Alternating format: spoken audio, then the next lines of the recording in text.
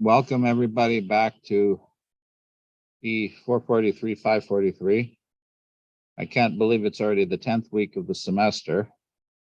I'm looking forward to seeing how people's projects develop and how we can go forward with these things. Today, I'm going to be talking about using the diffusion solvers and the uptake and secretion methods that we've developed in the past few weeks, combining those with cell division to build a simple model of an avascular tumor spheroid. That model itself is quite simple, but you can actually go quite far with it. Extending it to be realistic is work, but not incredibly hard work. And then I'd like to talk a little bit about chemotaxis and how to couple cells to chemical fields. So as usual, I'd like to go through quickly and get project updates if people have them. And then we'll go review some of the key concepts from last week. And then we'll spend quite a bit of time building the avascular tumor spheroid model, and we'll build it in steps. And in the student materials folder, there will be code for each one of these steps, so that if people get stuck, I'd like people to try doing it on their own. But if people get stuck, you can download the code that's available and go forward from there. And then when we come to chemotaxis, I don't think we'll get through all of it, but we'll introduce the chemotaxis plugin in Computational. We'll do a simple example of chemotaxis in a linear gradient. And then I hope either this week or next week, we'll do self-constructed gradients of chemotaxis, which are a very important mechanism in biology, which is sort of fun. It's actually a lot of interesting dynamics that you can get out of that. And then perhaps we'll go further from there. So I guess to start with, I'll just ask if there are project updates. Go around the room. Carmen, do you have anything you want to report for this week? How's it going? I don't have any updates right now. It's going well though. Okay. I would like to try to meet this week. I think it's important that people meet either with me or Juliano to keep on track, because we are getting later in the semester and these projects tend to be pretty long to develop. So I want to make sure everybody's doing okay. Elmer. Yeah, please.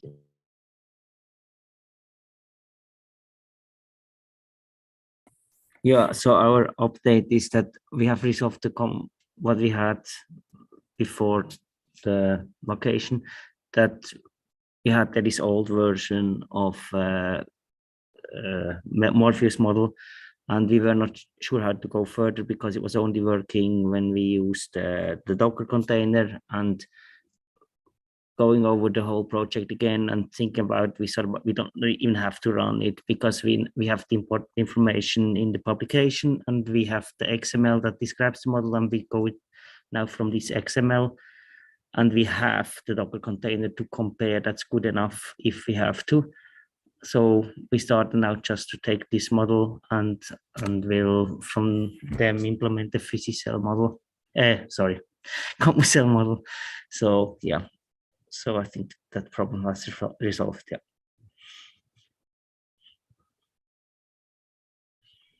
Well, if you actually did it in Physicell and Computational, then having it in three modeling platforms would be even better. But certainly not required for this project. No, it's at the moment only for CC3D. Yeah. Gabriel. No, nothing significant. Yeah, I just had 2 conference papers and then a special issue due over this past spring break, so I was pretty distracted. But no, now, so luckily that's all done now. So yeah, just gonna be focusing on the project now from now on out. Yeah, that's it though. Okay, sounds good. Let's see who's next on the Ibrahim. Yeah, nothing major to update, as Carmen said, just still building the baseline of like just the platform for so that we can, I guess, tweak everything so we can get to work. I mean, I'm going to call on everyone because even if somebody already spoke from your group, it's possible that you might have something you want to add. So I'll just go down the list. Jonathan. Yeah, I'm in the same group as Elmer. So like he said, we met last week. Currently, I'm just downloading and trying to run the XML and CC3D. Okay, great. And let's see, JH.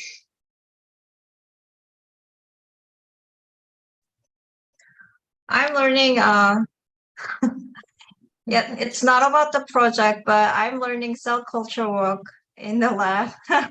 So I'm looking at the physical condition of cell adhesion, cell inhibition. Yeah, so hope, yeah, it's helpful That's for the important. project. Understanding contact inhibition and proliferation signals are really, there's a lot to learn about. Okay, and then Logan. I don't have any updates right now. Okay, Nick. Yeah, planning to meet this week to implement the last big part of our model, which is just going to be the secretion, because we already have the like basic scaffolding. Hopefully we'll have more soon. Okay. Did I miss anybody? Okay. So Juliano is around, I'm around. As I say, Yob is a big CompuCell expert, and he'll probably be looking for things to do because he's here for 2 weeks. So if you want some coaching in CompuCell, he could probably give you some good coaching. It would be a good learning experience on both sides. So don't hesitate to take advantage of that opportunity as well. Okay, last time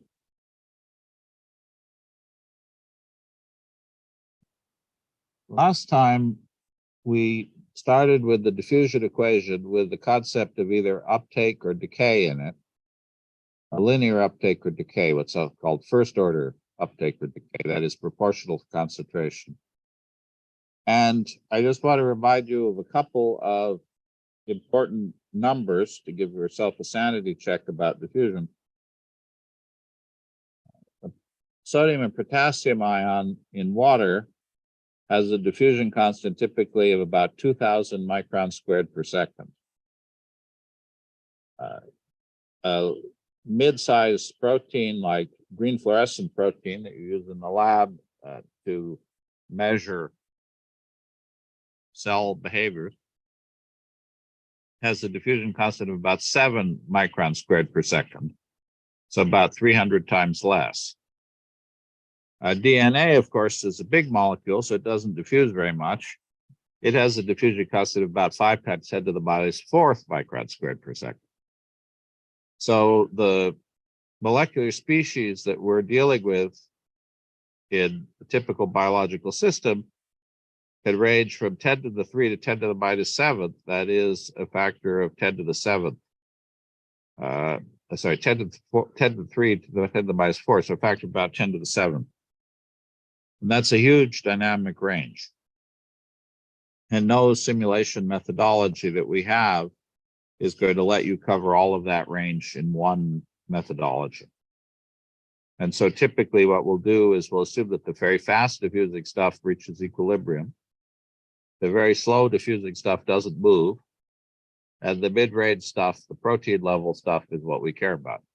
But the diffusion constants and what we care about is going to depend on the time scale of our time step.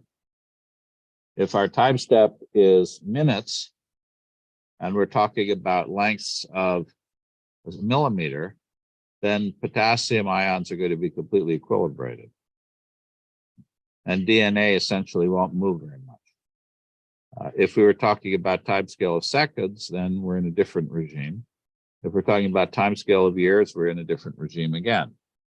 And so we have to do, so by hand, a little bit of sanity check about how fast things move in the particular system that we're interested in.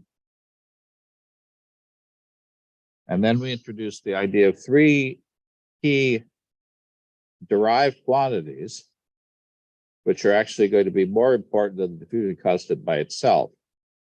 The first one is the diffusion time, which is the typical time it takes for a molecule to go some distance. Suppose that I have a source of oxygen and I am a millimeter away from it, 1,000 microns away from it. Then the time it takes for that oxygen to go from the source to the target is going to be 1,000 microns squared, 10 to the 6th, divided by the diffusion constant of oxygen, about 1,000. So 10 to the 6th squared divided by, sorry, 10 to the 3 squared divided by 1,000 is about 10 to the 3. That is 1,000 seconds to go a millimeter, which is pretty long. The diffusion length is how far a typical molecule gets, and that is given by the square root of the diffusion constant divided by the uptake or the decay constant. And specifically, that's the distance over which the concentration falls by a factor of E, which you can approximate as a factor of 3. If you want a factor of 10, then you'd have to double the diffusion, double that. 2 diffusion lengths is a factor of 10. Typical diffusion length for proteins of the kind that we care about, like our GFP, is 5 microns to 150 microns. And then the last thing is equilibration time. If we make a change, how long does that change to propagate through the system? Now that depends on how far away we are from the place we make the change. But if we make a change locally, the system forgets its initial state at a rate that's proportional to gamma, the decay rate. And so the time to forget is 1 over gamma. And so we need to remember that if we have no uptake and no decay, the initial condition is never forgotten. And so we never lose the trace of that initial condition with diffusion. And so very often, even when we don't really know that there's decay, we will turn on a small decay rate, like 1,000 or 1/10,000, so that our simulation will forget its initial conditions, because usually the initial condition we use for simulation is not realistic. It's something artificial. We don't know what the real initial condition is. And so we will typically run a simulation until it equilibrates.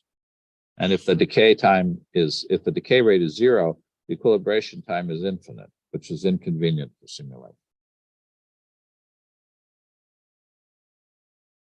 Often we can play games where we change the value of D and then adjust gamma to keep the diffusion length constant. If we multiply D by 10 and gamma by 10, the diffusion length stays the same. More importantly, if we divide D by 10 and divide gamma by 10, the diffusion length stays the same. Very often in the biological systems we care about, the diffusion length is the most important thing. And the simulation time scales with D. The bigger D is, the more expensive the computation is. And so if we could reduce D by a factor of 100 and gamma by a factor of 100, we may find that the simulation behaves almost identically and runs about not 100 times faster, but probably 25 or 30 times faster. Any questions about those concepts? Those are pretty fundamental concepts that we should be aware of. So 2 weeks ago, we did the linear gradient, and then last week we introduced decay. And what we saw for the linear gradient was that we got the concentration being a linear function of position when we had a source on one side and a sink on the other. And if we include decay, then we see an exponential decrease in the concentration as a function of position. And so there's a fundamental difference between linear concentration variation and exponential concentration variation. Typically, biologically, we're going to see exponential variation. And that has some significant consequences when we come to doing chemotaxis. That's the question, how do cells move in response to external chemical gradient? When we're going to do secretion, sourcing of chemicals, we have to think about the biology and the physics, and then how to model it. And there are a series of questions that we have to ask. And it's good to have those series of questions in your mind when you're building models, when you're thinking about interpreting models. The first question is, where does the chemical come from? Who secretes the chemical? Is it a cell? Is it the surface of an experimental system? Is it some component of the cell like the nucleus or mitochondria? So you have to identify which components of your simulation are going to be doing the secreting. Is it the extracellular matrix that's doing the secreting? Is it a liquid that's flowing in a tissue that's doing the secreting? Then, once you've identified the thing that's doing the secreting, and here I've assumed it's a cell, but it could be something else, you have to say, where does the secretion occur?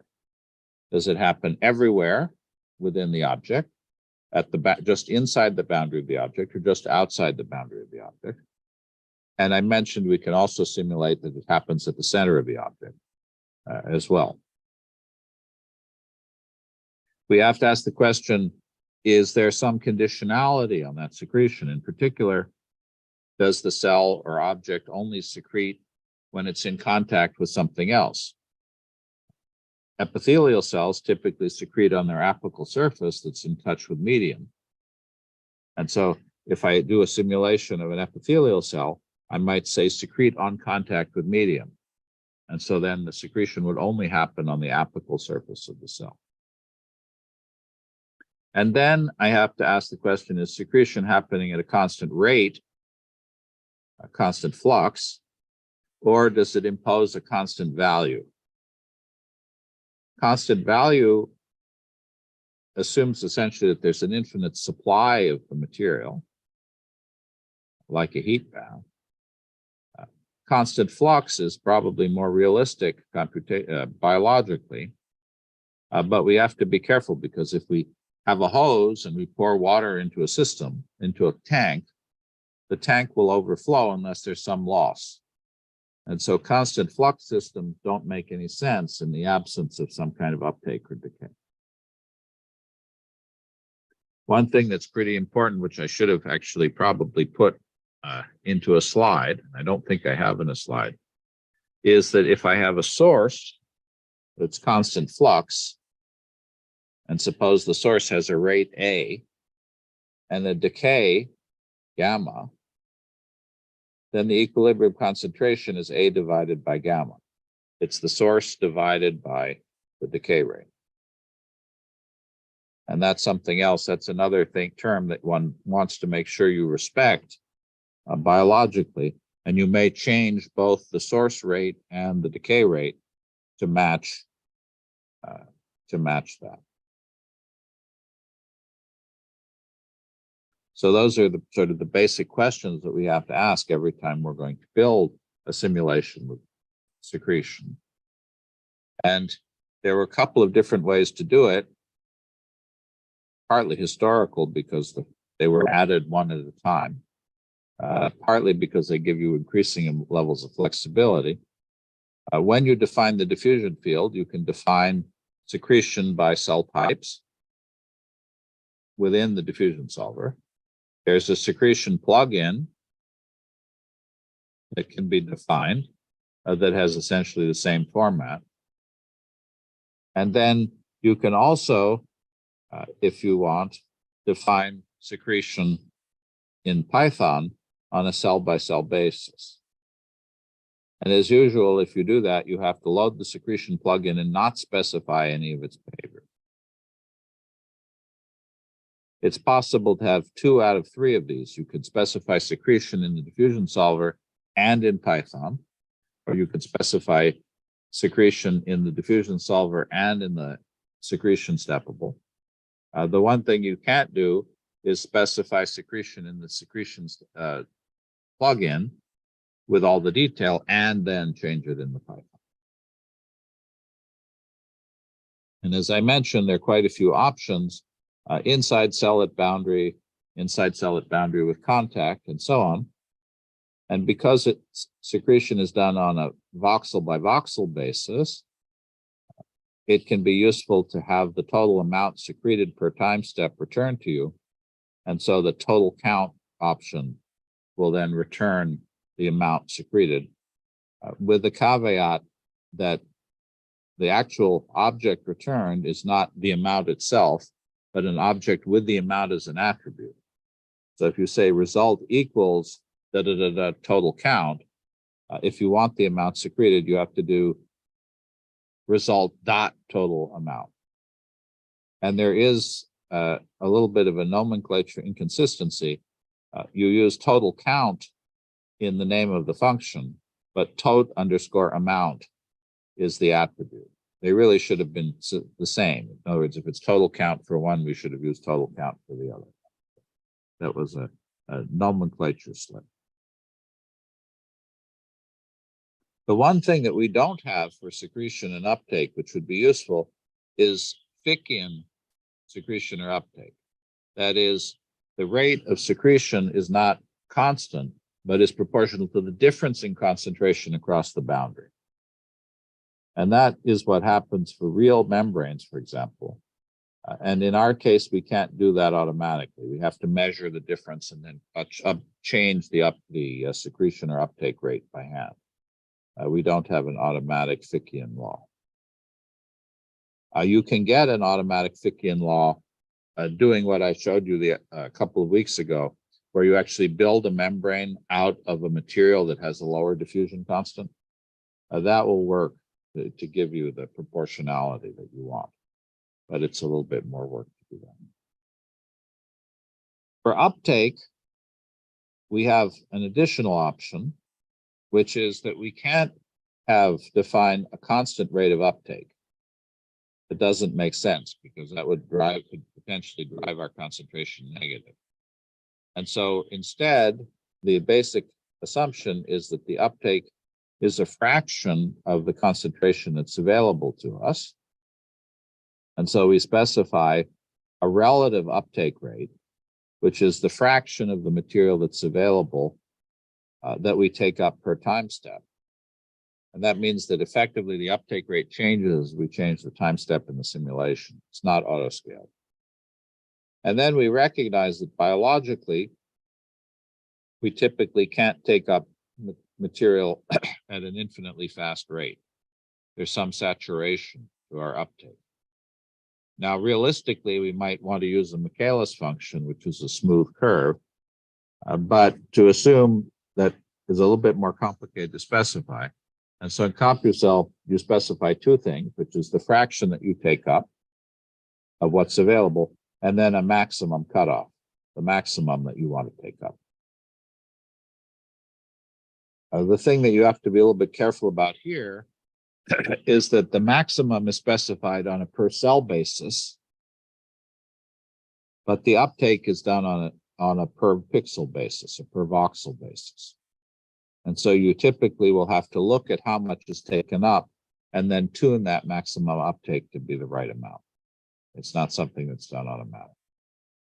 The other thing to remember is that the total amount returned when you do uptake is negative. So you always have to put a minus sign if you want to know how much you got.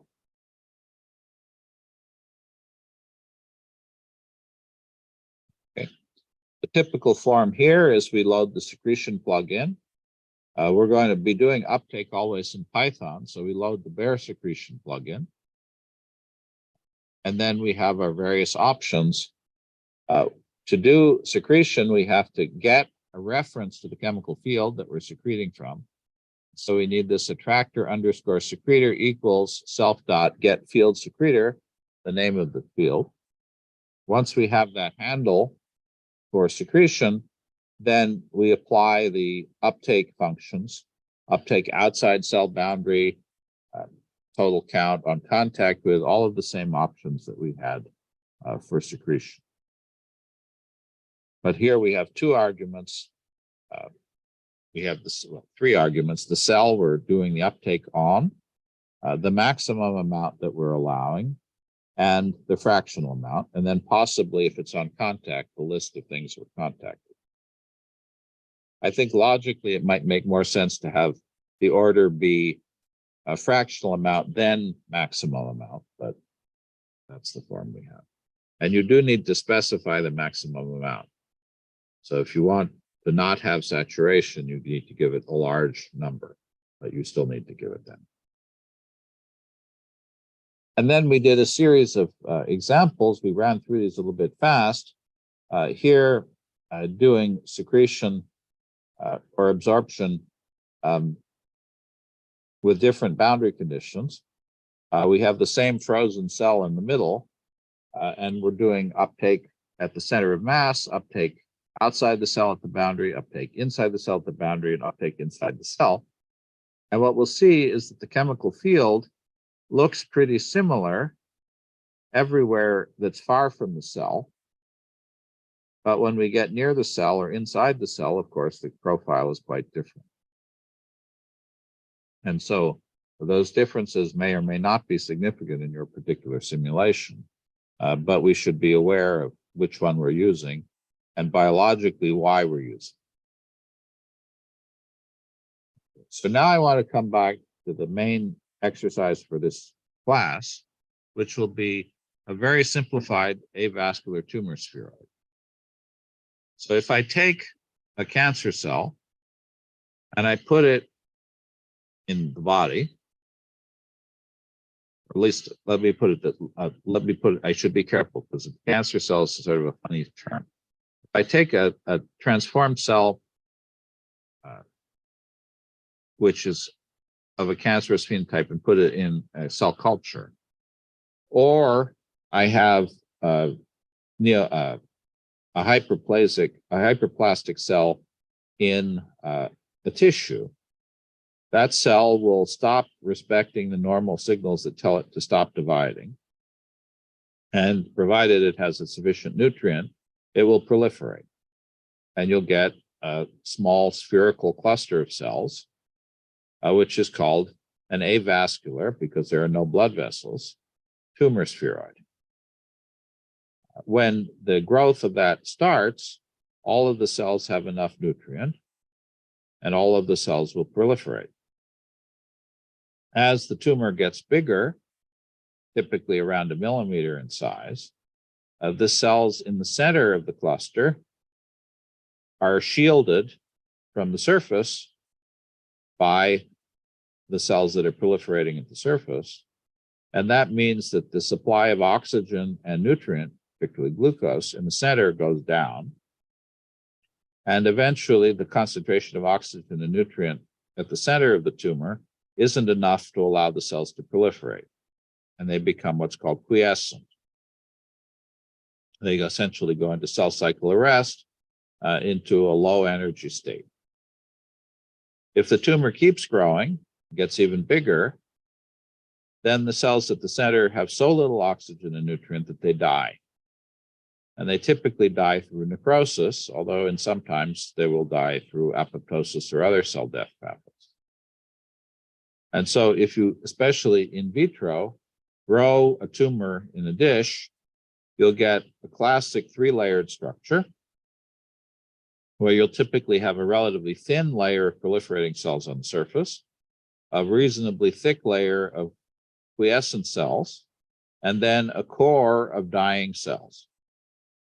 In reality, if you wait long enough, those dying cells will fall apart, the material in them will diffuse away, and they'll shrink and leave behind a core of non-cellular debris, which has a variety of names depending on what tissue you're in. And you'll get essentially, in tumors, a core of rather unpleasant looking gunk that can be, depending on the tumor, can be rigid or liquid. Depending again on the particular tumor, sometimes that eventually gets removed by immune cells or diffuses away. Sometimes it actually produces a hard, solid core that stays there as long as the tumor is there. That diffusion limited Elmer, yes.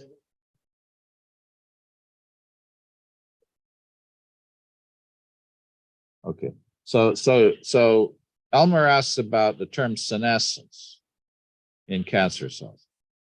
So senescence is used in a variety of ways in biology. Typically, the classic definition of senescence is that normal cells, which are not stem. So let me step back. Let me be careful.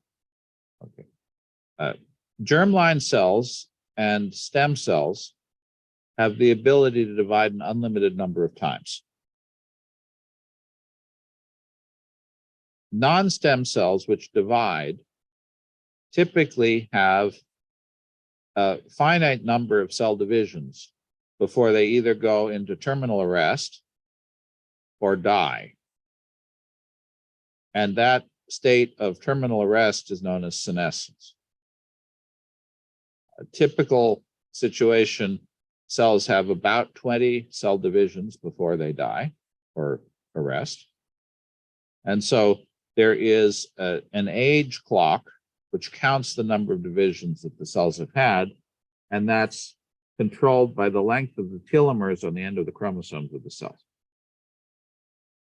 In stem cells and in cancer cells, an enzyme called telomerase re-lengthens the telomeres at the end of each cell division, which allows them to keep replicating an infinite number of times. And so classically, in that sense, and classically, cancer cells don't become senescent. Now, as always, all of the textbook ideas about what cancer was that would have been in a textbook 30 years ago are not complete. The old textbooks will tell you that cancer cells don't respect signals to stop proliferating. The old textbooks will tell you that apoptosis is turned off in cancer cells. The textbooks will tell you that you don't have senescence in cancer cells.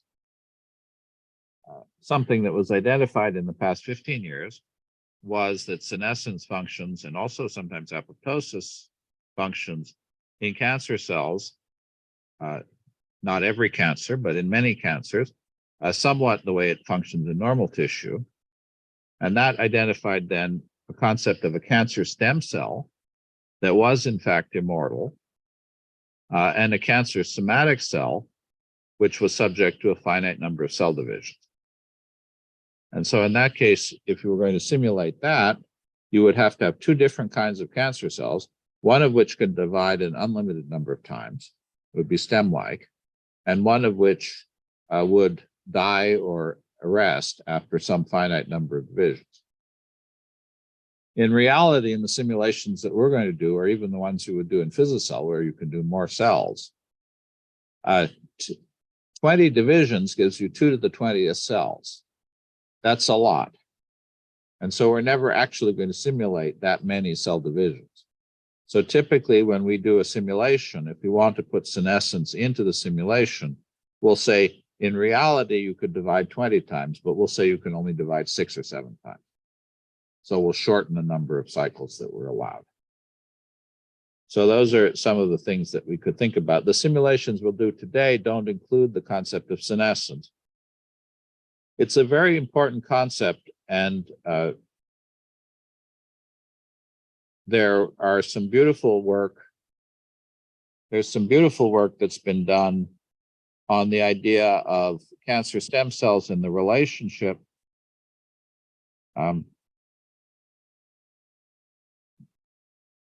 So there's a comment from JH that senescent cells secrete pro-inflammatory cytokines.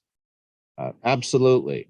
Senescent cells have all sorts of special behaviors in a variety of contexts. And I don't mean to shortchange the fact that senescence is a very complex phenomenon. But that was why I was saying just that they're trying to limit the discussion here to a specific question. Because once you start trying to understand inflammatory response in tumors, there are a whole series of questions that one has to ask. In particular, tumor cells often use glycolysis rather than aerobic metabolism. That means that they produce a lot of lactic acid, which means their environment is acid. That acidity tends to inhibit the killing behavior of immune cells. It tends to be inhibitory towards natural killer cells and CD4 plus T cells. And so there are pro-inflammatory effects and anti-inflammatory effects that are very complex in tumors and are also dependent on the particular tumor type that one would, of course, if you're really modeling a tumor, a specific tumor rather than a generic concept, you want to put those things in.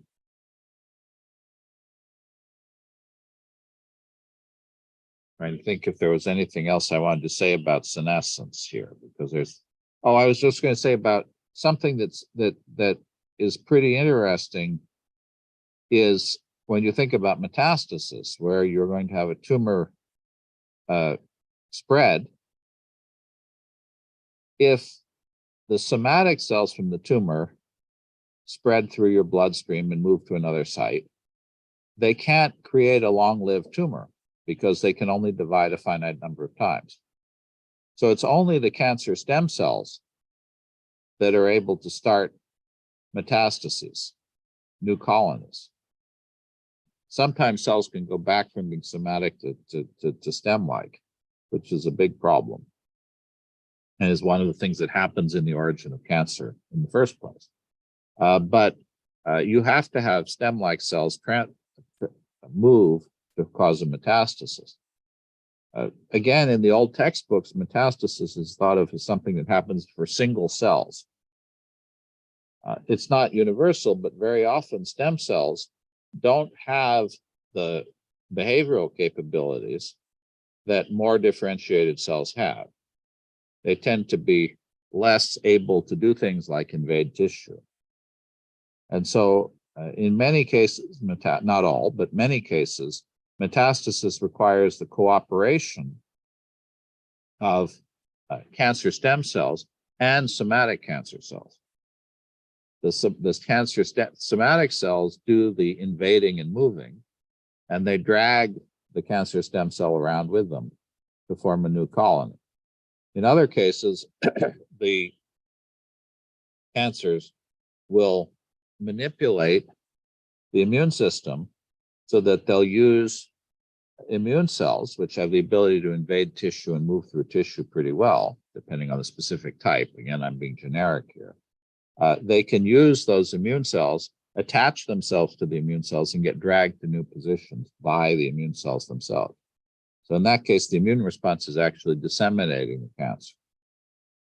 Those are all great questions. They're all things that we're not going to talk about here today, but there are models, they're nice published models using Physicell, Computational, and other packages of many of these phenomena. And those would be great things for people to investigate if they're interested. Other comments or questions about this? Today, we're going to be focusing not on the biology, but on the very simple question of how do we build a simulation that includes these concepts, these simple concepts. So the first thing that we're going to do, I would like people to fire up Computational at this point, quit it, is that we're going to do a frozen tumor. So we're not going to actually have any cell growth. We're just going to build a circle of cells. We'll do it in 2D so it runs fast. We're going to build a circle of cells. We're going to define 3 layers by fiat. We're going to make the cells frozen. So they're not growing, moving, or doing anything. They're just sitting there. The only thing they're going to do is take up nutrient. And in reality, if we wanted to build a tumor simulation, we should have at the minimum oxygen and glucose, because for cells to grow and survive and proliferate, they need both. We're going to assume that just one molecule is enough. If we needed 2, we could put in 2, but with the computationally, the structure of the simulation wouldn't change. And we'll call it oxygen for today. And so what the assignment is going to be, I want you to just define a 256 by 256 square lattice, and then use blob initializer to generate 3 concentric circles. And one thing to remember with the initializers is that they're called in order. So if I draw a circle of only proliferating cells with blob initializer, a big one, and then I draw a slightly smaller one of quiescent cells, and then I draw a slightly smaller one of necrotic cells, the second one will overwrite the first one, and the third one will overwrite the second, and so I'll get my concentric layer. So the order matters in that case. Usually in the XML, the order and you do things doesn't matter, but that's a case where it does. Then we'll define a chemical field, oxygen, we'll call it. We'll set constant value boundary conditions for the field. And we'll say that the concentration at the boundaries is 10. That is, there's a source of oxygen coming in from the boundaries. And we'll set the initial concentration to be 10 everywhere. We can play with having it 0 everywhere too. Some of the simulations start with 0. We'll set the diffusion constant to be 30 everywhere with no decay. We'll define the secretor plugin for oxygen, the bare secretor plugin. And then in the Python steppable, you create a tracking field for oxygen so that you can keep track of how much oxygen each cell is taking up. And you'll define a secretor object, and you'll iterate over all cells and take up oxygen with an uptake fraction of 0.1. And we don't care about saturation. So we'll say the maximum uptake is 1,000. And use the total amount version of uptake so that you can put the amount taken up by each cell into a dictionary object for the tracking field. And then you'll run the simulation.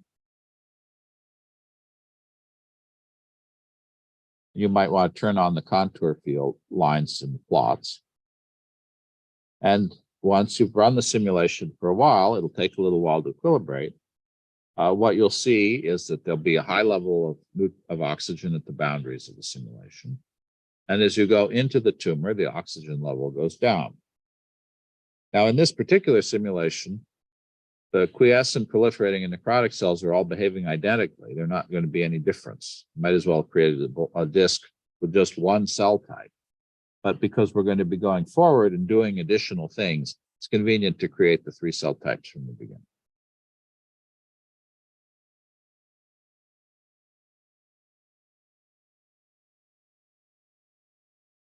And make sure that you save your code so that, because you're going to be using it throughout the class. And if I'm going to give people a little bit of time to do this, but if people get stuck, I have in the student materials folder for lecture 10, I have code that will work so that if you get stuck, instead of taking too long to do each step, you can download that and go forward, because I want people to be able to get through the whole exercise. I hope people have made a little bit of progress. Juliano is going to walk through the exercise, and if you need the help, that's fine. Try to follow along step by step.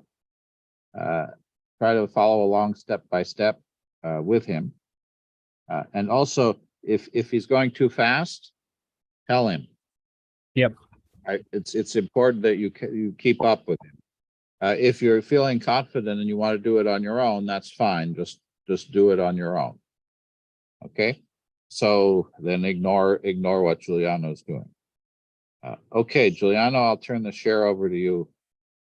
Okay. Yep. Yeah. Okay. So I think you should be seeing both the slide and to edit. So starting from the start, creating the simulation, I have a folder that I usually use for cell lattice, where I have the default is 256 by 256. So nothing really to change here except using a blob initializer. And I'll add one extra 0 to the maximum MCS. Okay, then cell types, 3 cell types: necrotic, which I'm gonna call nec, quiescent, which I'm gonna call qui, and proliferating, pro. And now chemical fields, just oxygen. So I'm gonna call that ox, and I'm gonna leave the diffusion solver FE as default. I forgot to freeze my cells on the cell type specification, so let's hit back and hit the freeze checkbox there. The chemical field still remember that I want ox. That's good. Now, cell properties. Contact, as usual, even though they're going to start frozen, they are not going to stay frozen. Volume local. Same deal. Secretion, because we're going to do uptake. And mitosis, which you're going to have eventually as well. I'm going to use that for now, but we're going to have diffusion at some point. And I think that's it. Yes. Next, I'm going to leave the Secretion plugin empty. I'm going to do that in Python afterwards so that I can get the results and finish. So, it's this way, make things larger. Is that readable?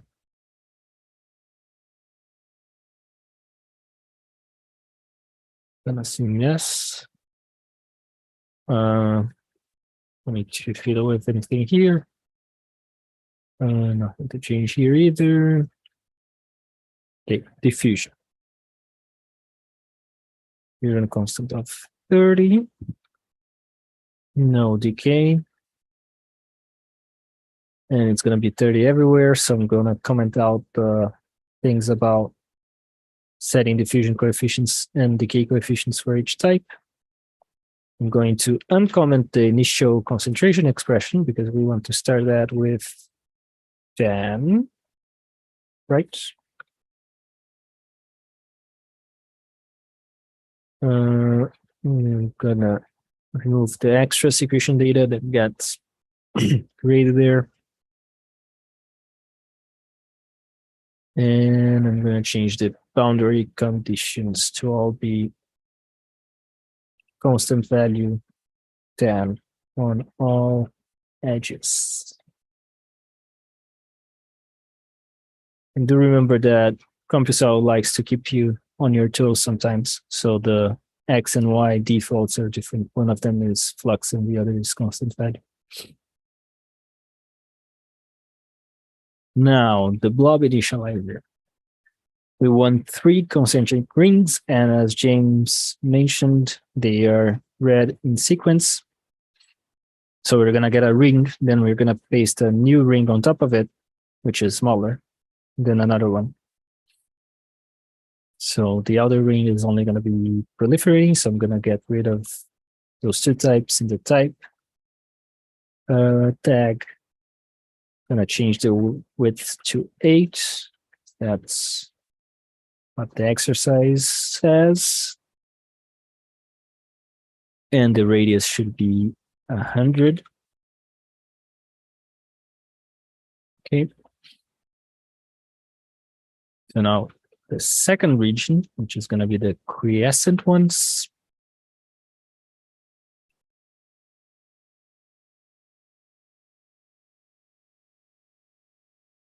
And this one has a radius of 70. And finally, the necrotic core. is a radius of 40.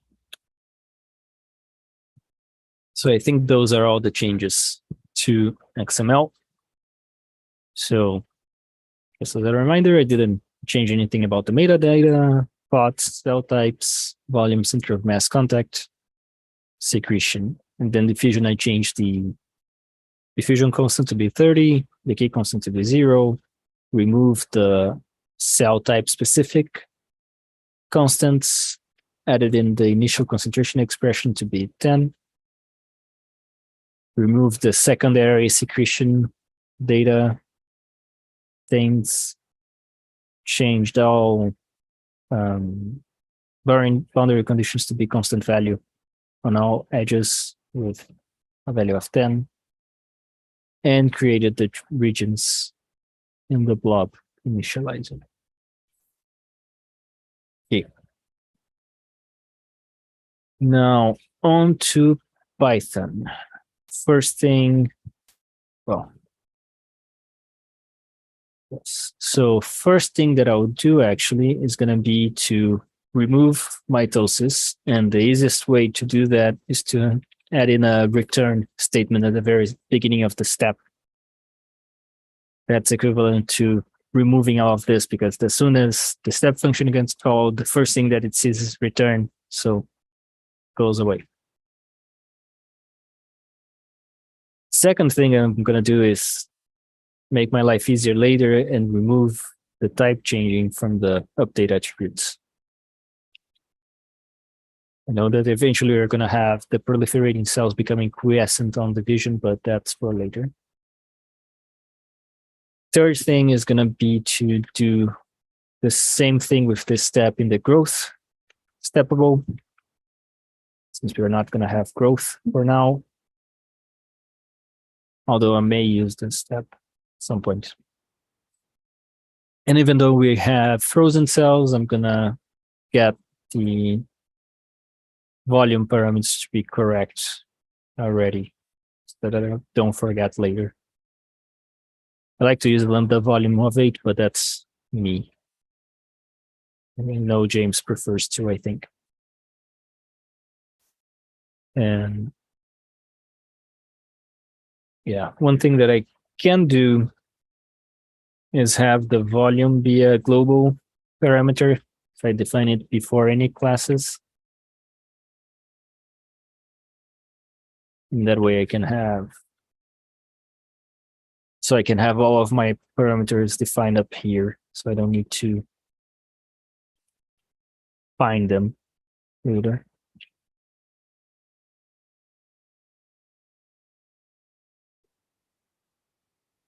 I think that would work.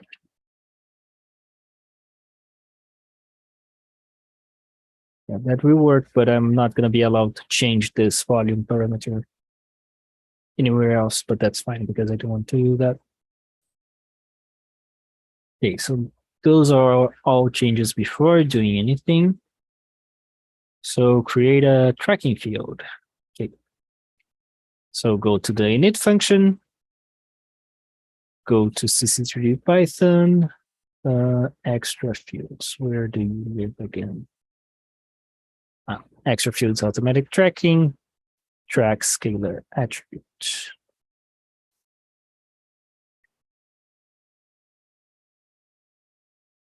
So attribute name will be ox, and field name is also going to be ox. Good.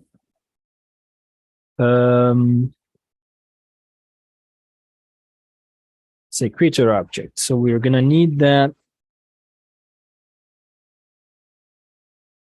So I'm going to use the constraint initializer steppable as my uptake steppable too. So I'm going to create a step function here later on.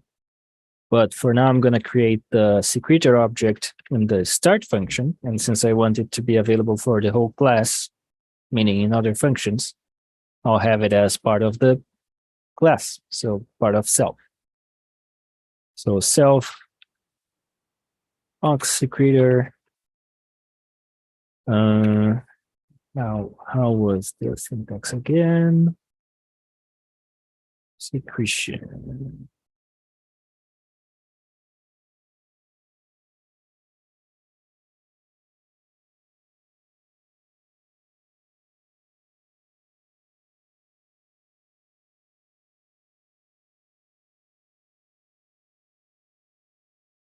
So I have my secretor set. And I'm doing this way because there's no point in me regenerating the secretor every time step. I'm just gonna waste computation time doing that with the same object all the time.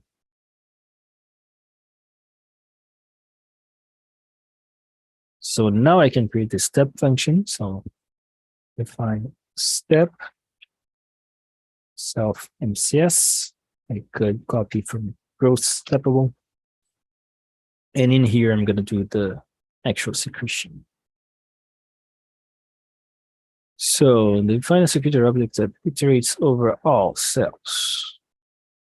Okay, so I'm going to copy the 4 cell in cell list to the step.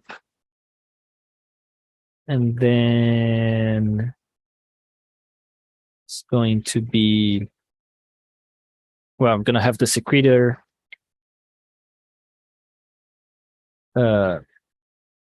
statement, but I want the secretor with the result back. So I need to remember how to do that, and I know that it is on a slide a bit back. So I'm going to have the result saved to some variable name, res for result, and then I'm going to scroll back on the slides if my computer allows me to do that. And oops, the call. So it's, oh, it was up here already.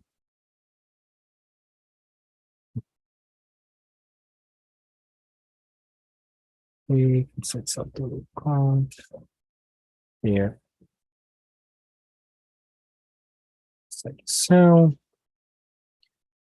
And it's going to be, let me make this more visible. There. Inside the cell, the value is going to be 0.1, and the max value is going to be 1,000. Now, why 1,000? Because we want our cells to uptake as much as they can. And if you remember the graph from a few slides back, if they can uptake more than this number here, they're only going to uptake that number there. Since their volume is 64, they are going to try to uptake 0.1 for every one of their pixels. So they're going to uptake, on average, 6.4 units of oxygen. So 1,000 is more than enough to guarantee that they're going to uptake however much they can. Well, 0.1 times 10, which is going to be the initial concentration. So actually 64 units. Still way less than 1,000.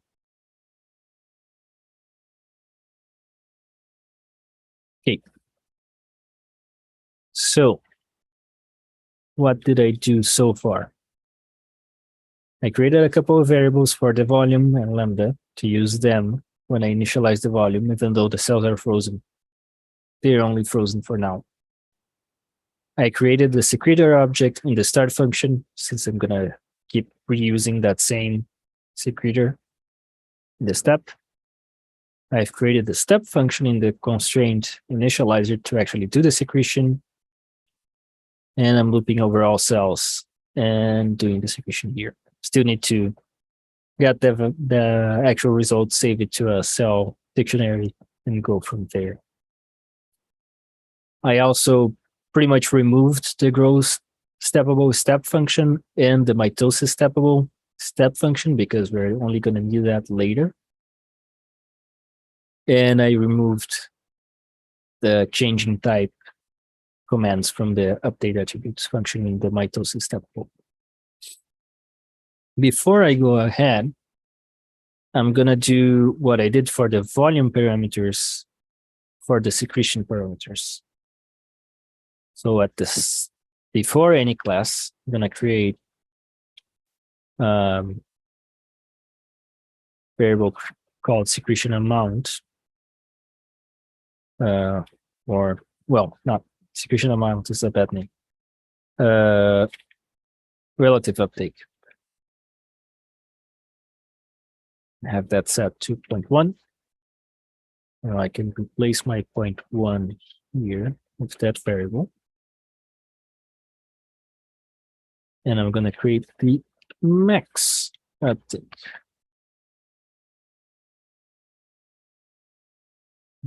1,000. I'm going to put that there. So now I need to actually grab the result from the secretion and put it in a dictionary. So cell dict, and now this dictionary entry needs to match my extra field. So it needs to be ox, which I'm being consistent with my field name. That's going to be res period total. Now, since this is uptake and the plugin is called Secretion, this is going to be negative. I think. I'm pretty sure. So I'm going to put in a minus sign there.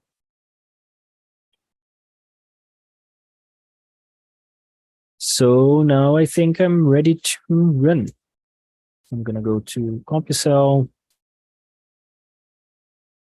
find my model.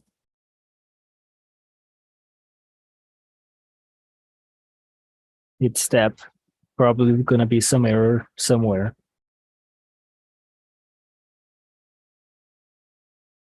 Huh, no errors.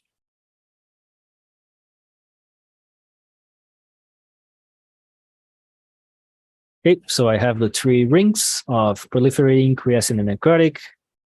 I don't really agree with this color scheme, but that's something to change later. And I'm going to add another field for oxygen.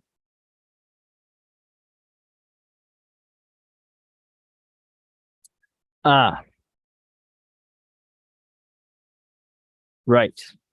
Because my chemical field is called ox and my extra field is called ox, player doesn't really know what to do with both of them. So no error message, but an error nonetheless. So I'm gonna rename this to up ox. And these two, the field name and attribute name don't need to be the same, but I like to make them the same. So I'm just gonna update that throughout, and hopefully they should be better. Yes. Perfect.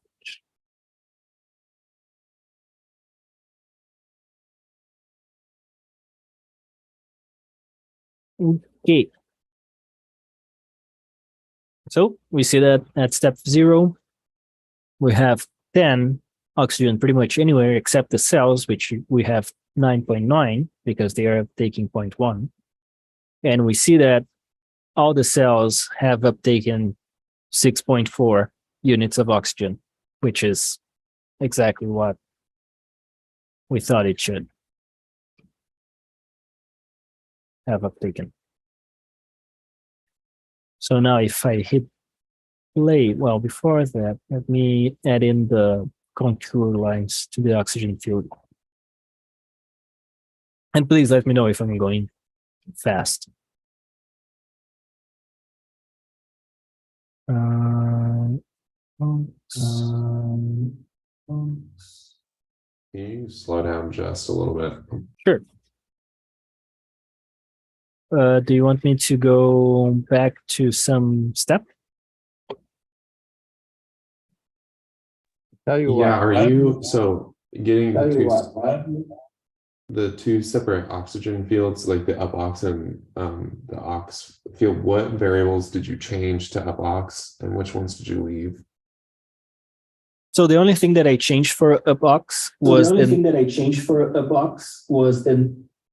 So I have quite a bit of echo from you, Logan.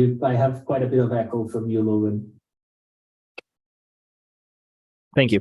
So the only things that I changed was the field name in the track cell extra field thingy. We changed the field name and attribute name. The field name is what was causing a bug because I had ox here and ox here. And so when I went to create the extra cell fields and went to the drop down menu, I only had ox, right? I didn't have two oxes, which I want because I want to see the actual oxygen concentration and how much the cells have uptaken. So that's what I changed here.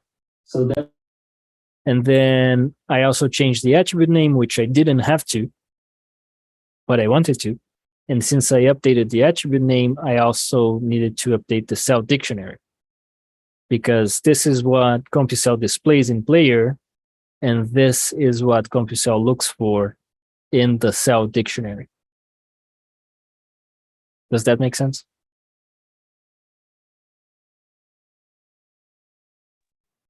Yeah, it makes sense. It's just every time I try to like run it, the entire thing closes down still.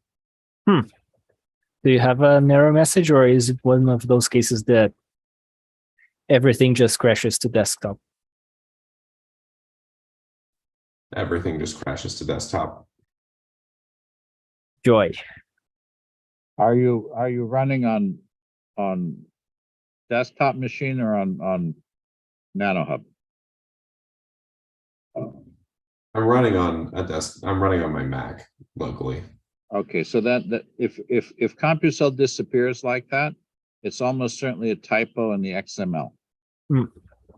You probably have a mismatched parenthesis or you commented a comment. It's almost certainly a typo in the XML. And if you are running CompuCell from a terminal, does the terminal also closes, or does it have something useful there? All my terminal says is process completed. Huh. That's odd. Well, let's get back to that. Ibrahim? Yeah, I just had a quick question. Can you show me again how you pulled up multiple windows in the player, like of all the fields separately?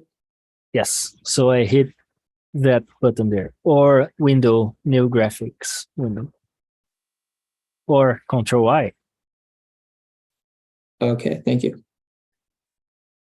Yeah. So thinking of a way to help you, Logan. Sometimes that's also due to bad SQLite file.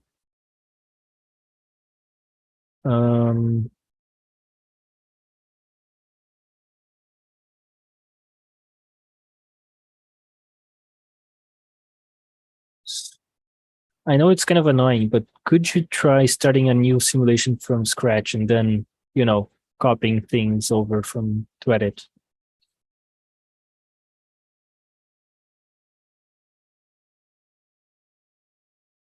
Yeah, I can try that. I got a segmentation fault error in the terminal this time. I don't know if that. Okay.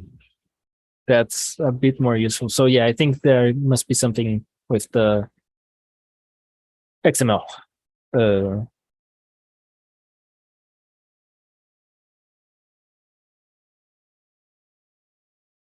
In the meanwhile, I'm just going to let this run.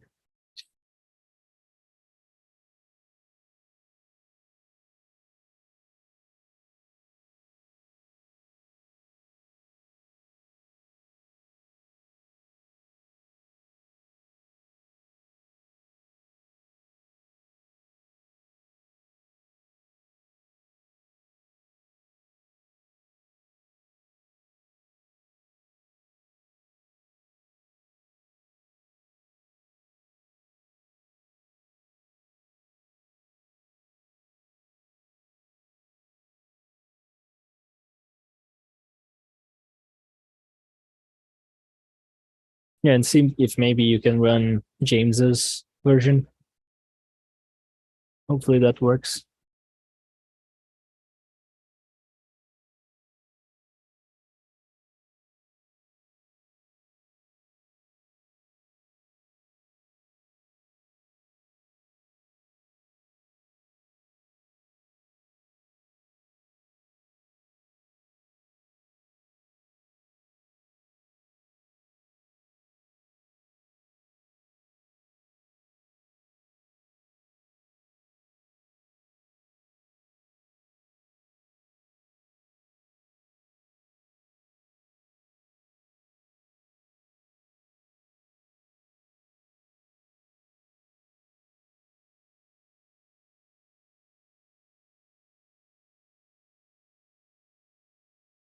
And I'm gonna fix this color scheme.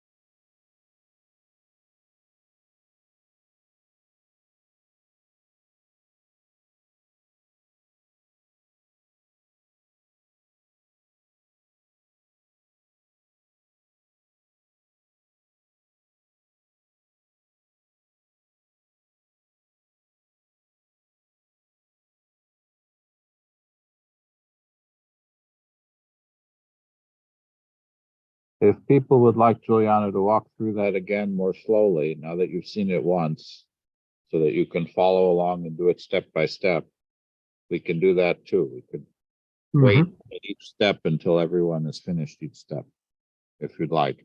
I think it's good to see it all the way through so you have an idea of what needs to be done. But I think if you want to do that with him doing it, he's certainly happy to do the whole thing a second time. Yep. Just put your feelings in the chat and let us know what you think would be most useful.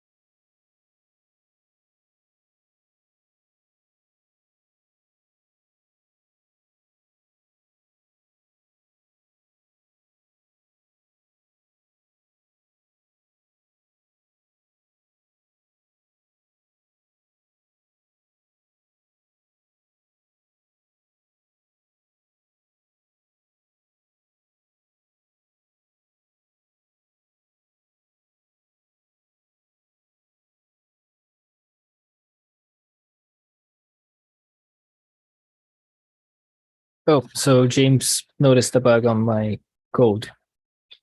I have the order wrong here. Should be max uptake and then relative uptake.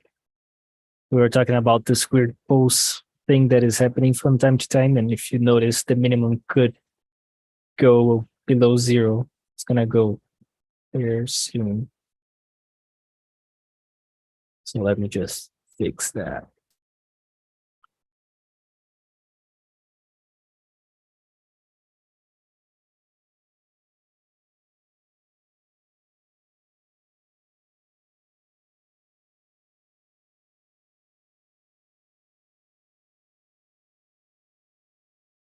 So let's just see if the pulse there, negative 0.05. So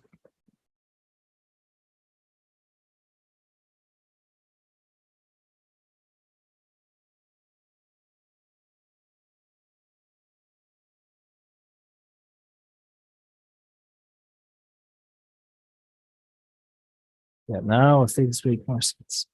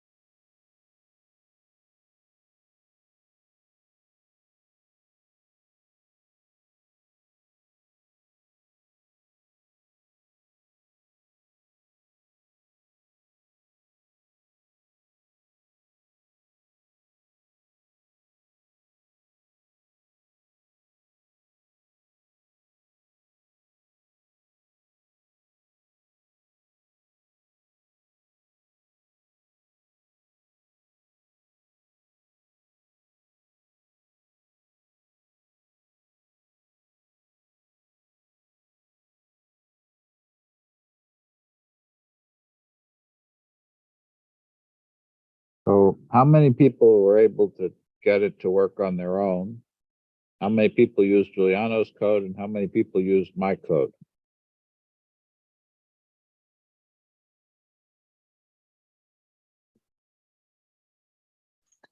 An amalgamation of all three. Okay. Yeah, same here. That sounds good.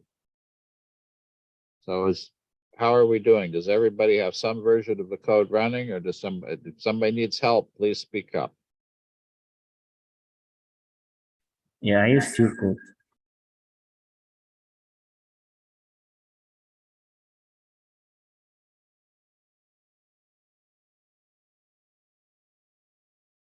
Give me a thumbs up if you've got some code running, because otherwise it's going to be a very long afternoon.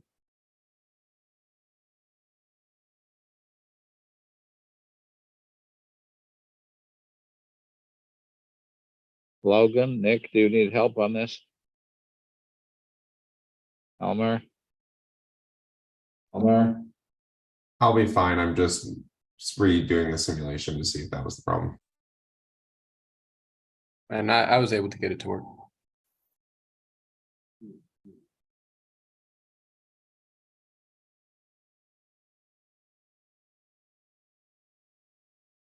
Okay. Is anybody still stuck? We can work together.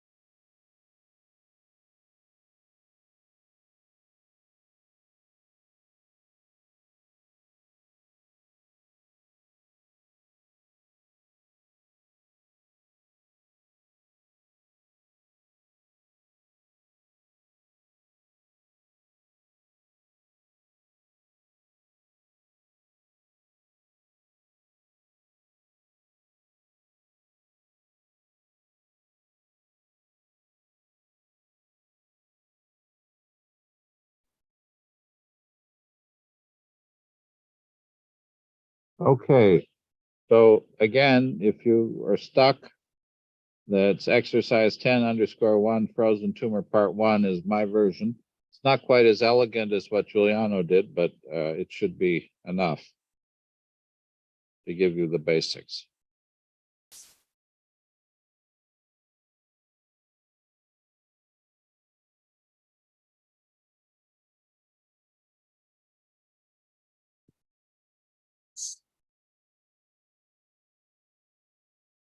And what you should see is something like this.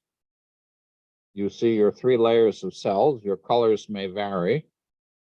You'll see the oxygen field, which is high near the boundaries and a bit square in the corners, and becomes round and smaller as you go nearer to the tumor.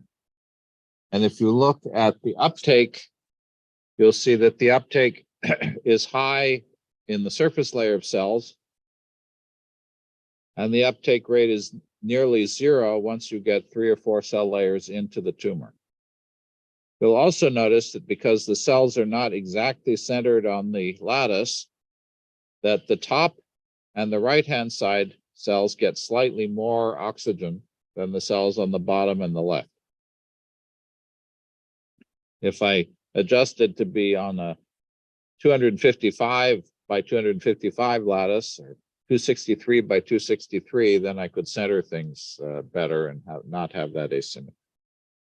Did people see something that looks a bit like that in their simulations?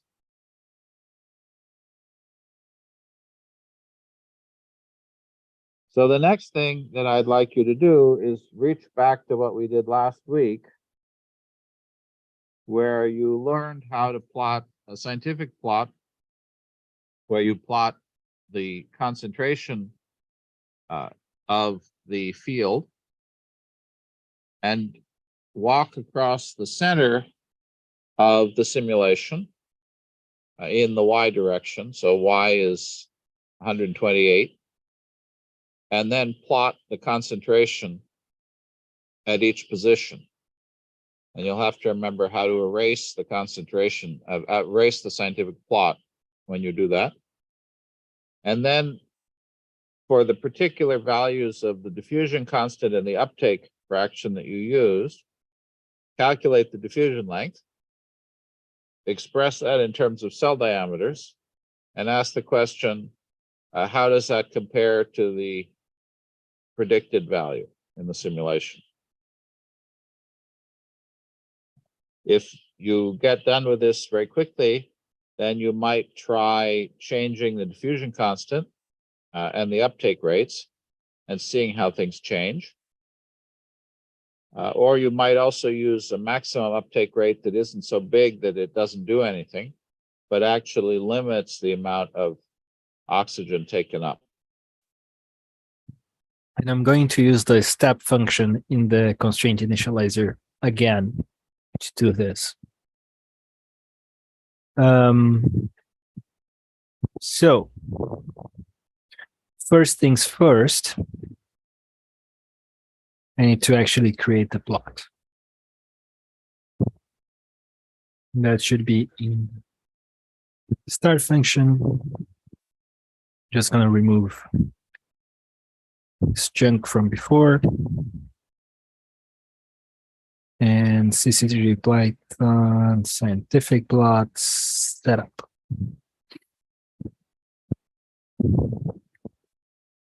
Just to make things a bit more visible, I'm gonna reformat things.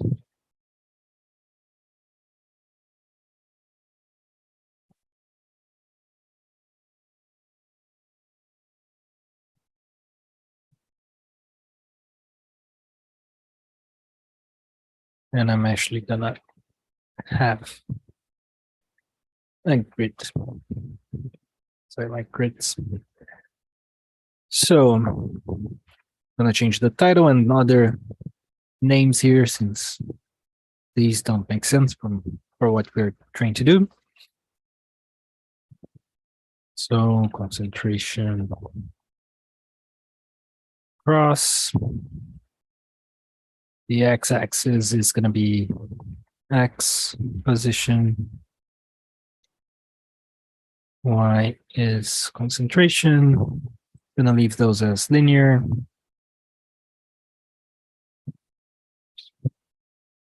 And it's only gonna be one line on the plot. So I'm gonna remove the second add plot command there. And I'm gonna reformat, make it easier to see. And I'm changing the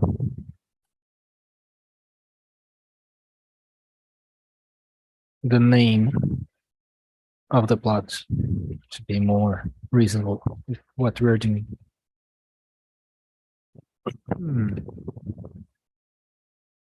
Okay, so plot added.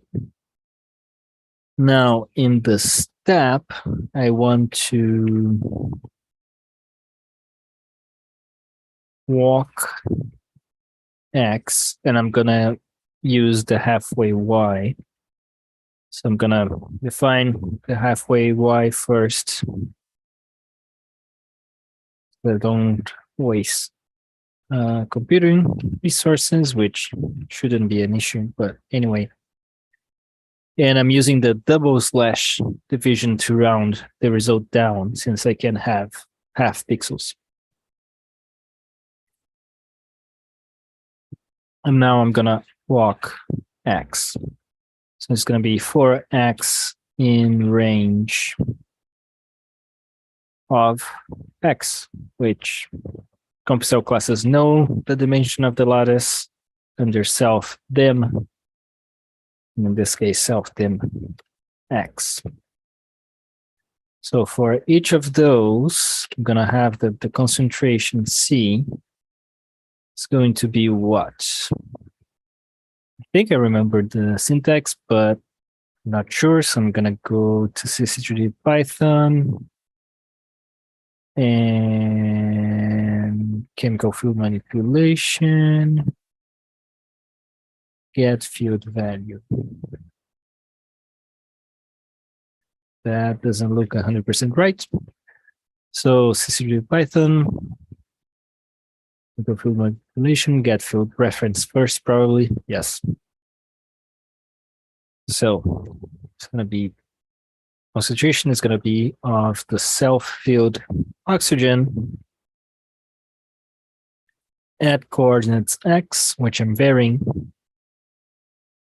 Y half always, and 0 because we are in 2D, so there is no Z.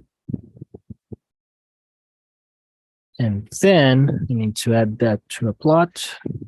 So CC3D Python, scientific plots, add data points. And we have one plot, so I'm removing the second one there. Just gonna format a little bit. And now my X and Y, instead of being MCS and cell volume, it's X and C. So now I think I have everything I need to run. So things that I did was adding the plot window and then changing the title, x-axis title, etc. Changing the parameters for the add plot to, I just changed the title and remove the second default one. Then on the step, I set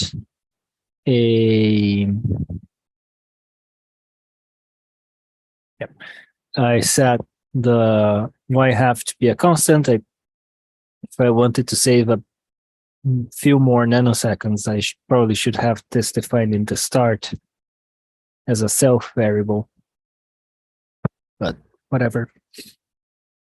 And then I'm walking X, getting the concentration at X and Y half, and adding that value to the plot. So let's run that. And I know that I'll have to clear the plot afterwards because it's going to be a mess pretty fast. But just seeing if it works as is for now. it doesn't. Right. Because I forgot to change that part of the add data point command.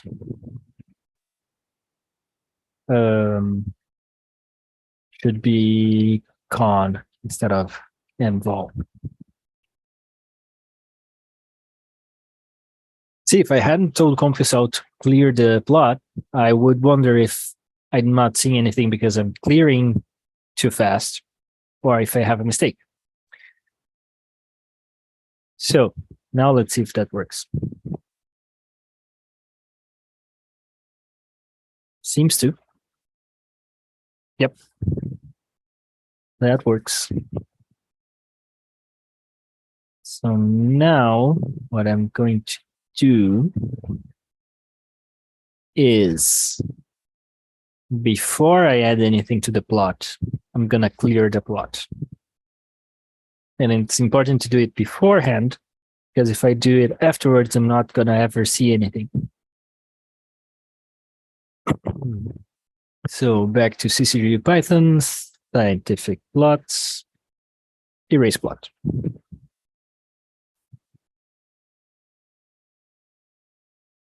Now let's see.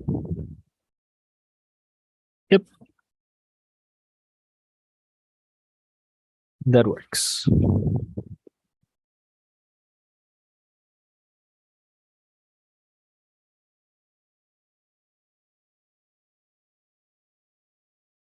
Now, if I wanted to measure the diffusion length,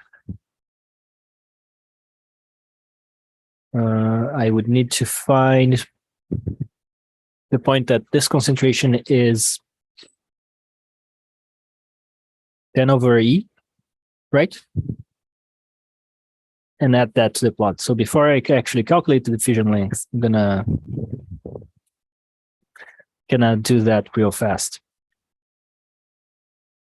You don't need to do this part, but so I'm gonna copy the add plot command. Gonna call this DL, make it yellow, and make it big. Instead of lines, I'm gonna do dots. And what I'm gonna do is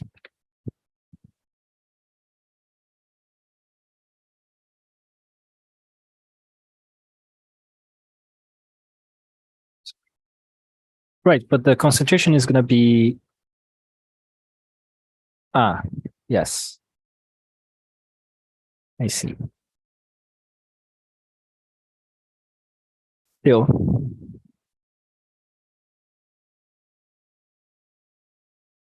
Yeah. So James mentioned that I need to go from the surface of the tumor, not from 10. Yeah, let's skip this while we think about it. So to actually calculate this by hand, I can do that here.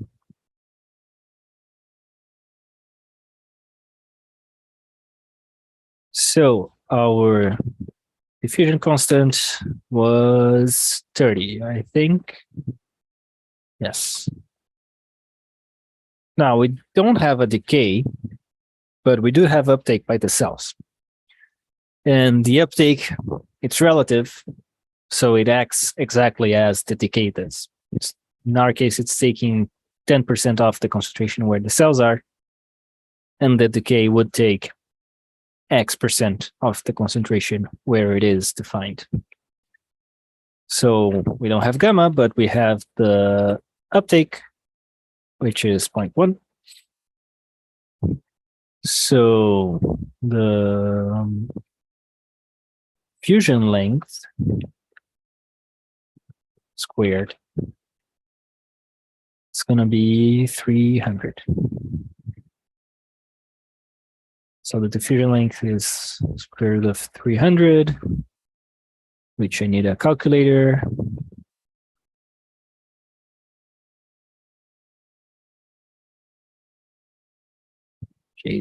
James tells me that it is 17. I trust you, but yep. So 17.32 voxels. Now, in terms of cell diameters,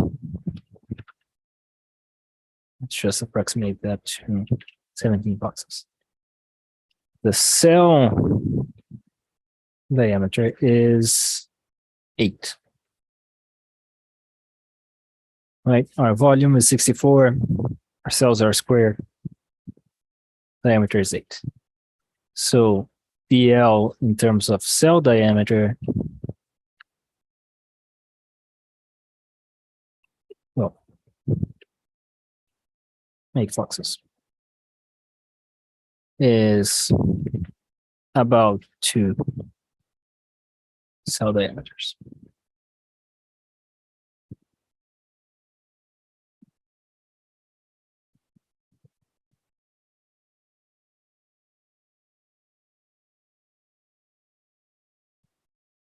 Is that what you got, Nick?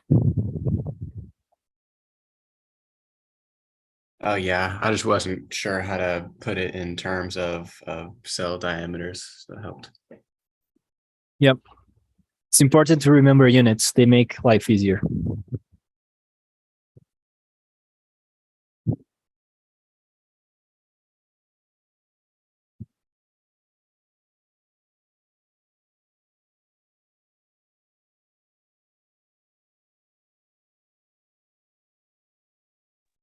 Okay, do people have this working? Are people able to get the plot to work?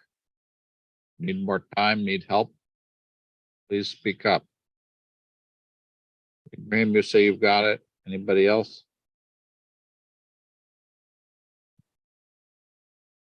Nick, you've got it. Logan? Carmen, you've got it. Gabriel? Anybody need help? JH, you've got it. Elmer says he's got it. Okay, great. Perfect. Well, handing things back over.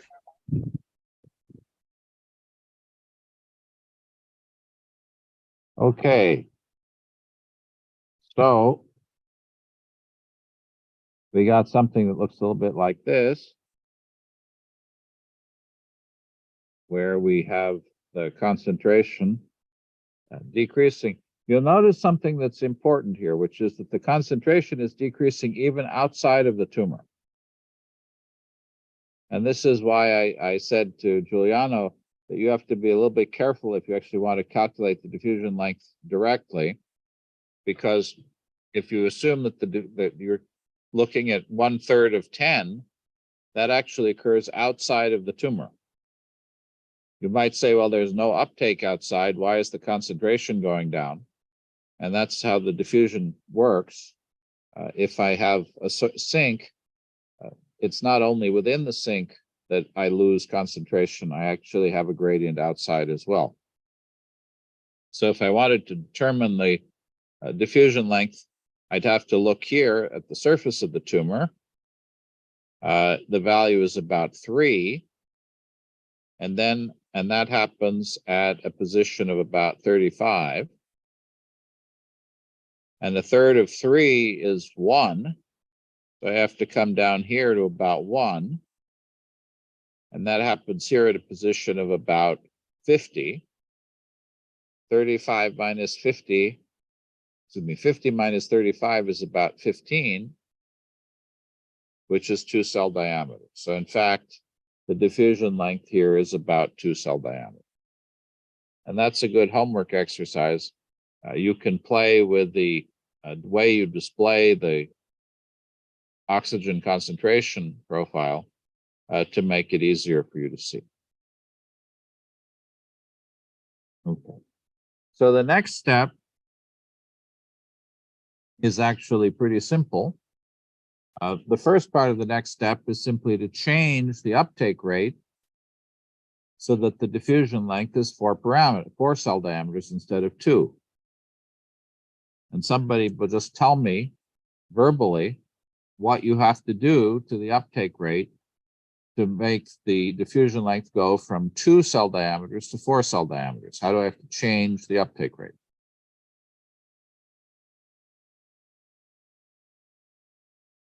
Ibrahim, what would I have to do to the uptake rate? Do I increase it or decrease? You would decrease the uptake rate. Right, and if I want to double the value, how much do I have to decrease it by? Half or a Okay. quarter. A quarter. That's right. If I decrease it by a quarter, the square root of 4 is 2. So if I want to increase the diffusion length by a factor of 2, I have to decrease the uptake rate by 4.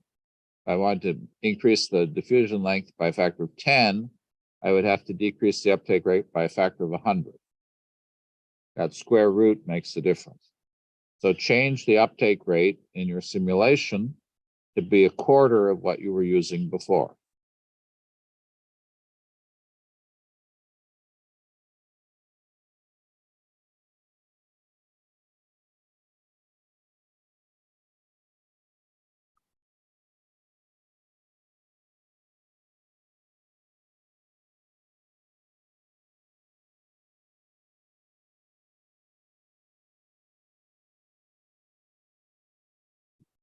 In the interest of time, I think maybe we should skip the part 2 of this component, which would be to calculate the amount of oxygen that's available to each of the cell types and to display that. It's an interesting exercise to do, but I think it may take a little bit too long, given where we are. So what I'm going to do is I'll share the code for that with you. If people are using their own code, which is fine, then I would suggest that you just look at the changed code there, or if you want to try that by hand, you could do that.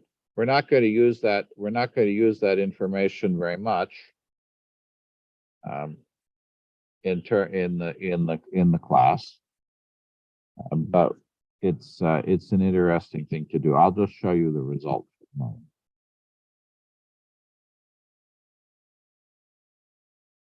If you want to be a little bit more realistic about what's going on, then you need to think about what's happening with oxygen use. Proliferating cells have a high metabolic rate, and so they use a lot more oxygen than quiescent cells do. Necrotic cells are dead, so they don't use any oxygen at all. We assume that all of our cells take up the same fraction of the available oxygen that's there, independent of whether they're proliferating, quiescent, or dead.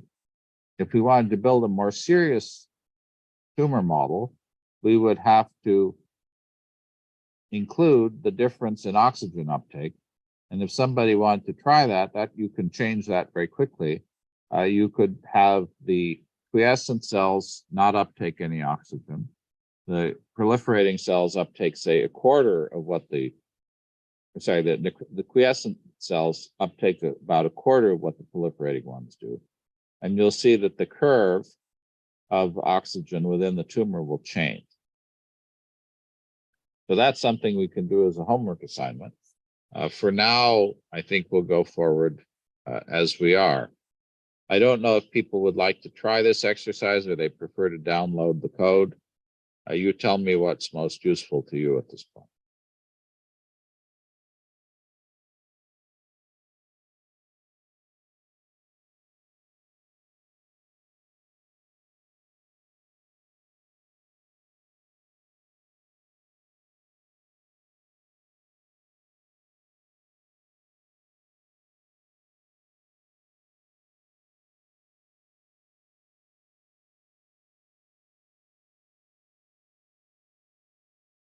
But let me know when you've got the diffusion length changed to be a little bit longer.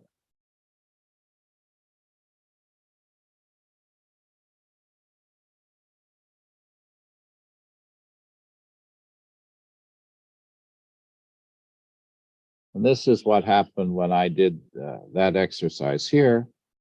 And I'll just give you the results that I got with that new diffusion length.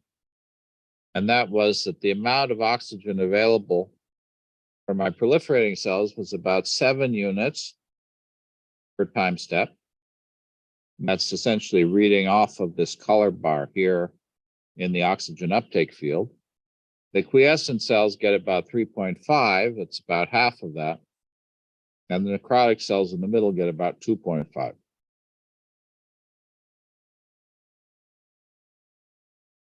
And those are numbers that we're going to need now. And so here's the last exercise that we're going to do with the frozen tumor, which is, in reality, cells, of course, don't start out proliferating, quiescent, or necrotic. Those are a result of what's happening. And so what I'd like you to do in your step function, when you have a cell take up oxygen, add a type transition where if the cells are proliferating and the oxygen available to them is less than a half of 7, so 3.5, they switch from proliferating to quiescent. So you change the cell type. If quiescent cells have enough oxygen, they switch back to proliferating. Now, if you had them switch at the same level of a half, then the cells would keep flickering back and forth between quiescent and proliferating. So what you need to do is you need to set a threshold for going back from quiescent to proliferating that's a little bit bigger than 7 divided by 2. And I'd recommend trying 7 times 2/3. That way, when you switch, you don't immediately switch back the other direction. And then when quiescent cells become necrotic, that's going to happen when the oxygen level for the quiescent cells is about 2/3 of what they need, which in this case would be 3 times 2/3, 3.5 times 2/3, or about 2. And of course, once a cell is necrotic, it's dead, and so it can't come back. So proliferating quiescent is reversible. Quiescent and necrotic is irreversible. And so why don't you try that? So you put in a little function that goes through your cells and ask the question, if the oxygen that I've taken up is less than 7 times 1/2, I switch proliferating to quiescent. If the oxygen I've taken up and I'm quiescent is more than 7 times 2/3, I switch to proliferating.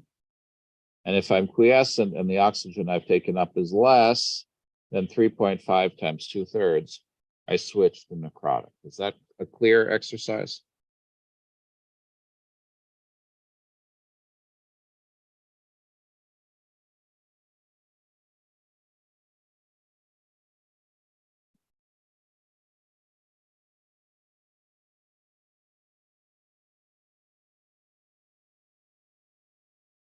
I hope people will try that out, but if you get stuck, here's the code for that.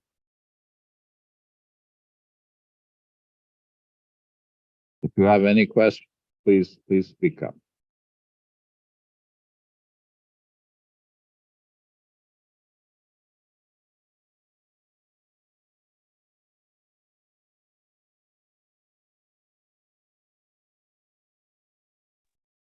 I'm having trouble to get my diffusion length to change. Okay. When I like You want to quarter screen the share? rel- You want to screen share? yeah, I can do that. Let me let you screen share. Let me let you screen share. You're watching the YouTube.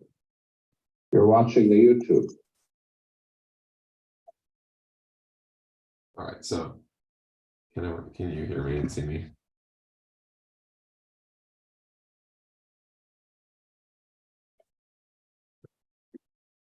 So when I change it to a quarter, I still get, I'm sorry, I was playing with something else here. I still get the same diffusion length.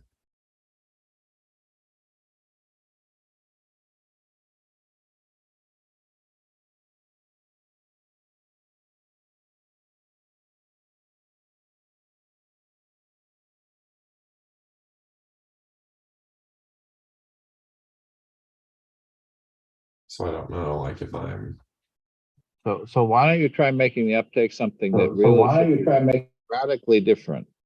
Like make the uptake 1/100th of what it was before.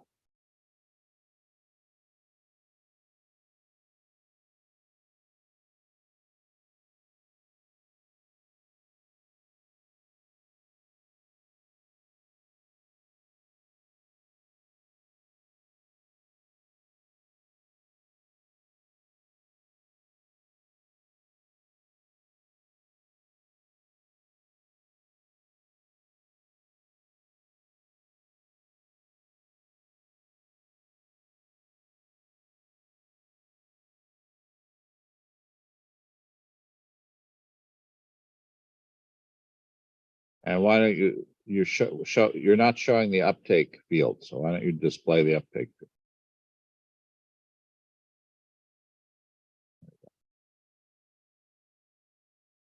So you see here, everybody's got the same uptake now.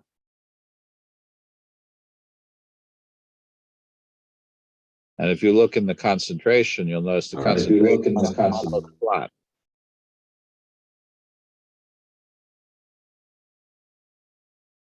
It goes from 10 to 9 over the whole field. So it is working. okay, thank you.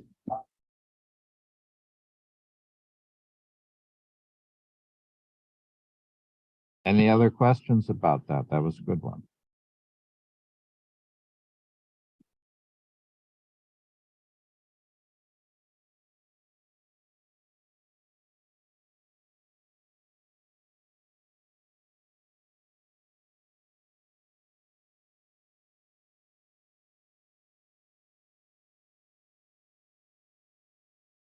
Okay, so are people able to work on the type transitions? Again, changing cell type is pretty easy in CompuCell. You say cell.type equals, and then self dot, and the name of the new type in capital letter.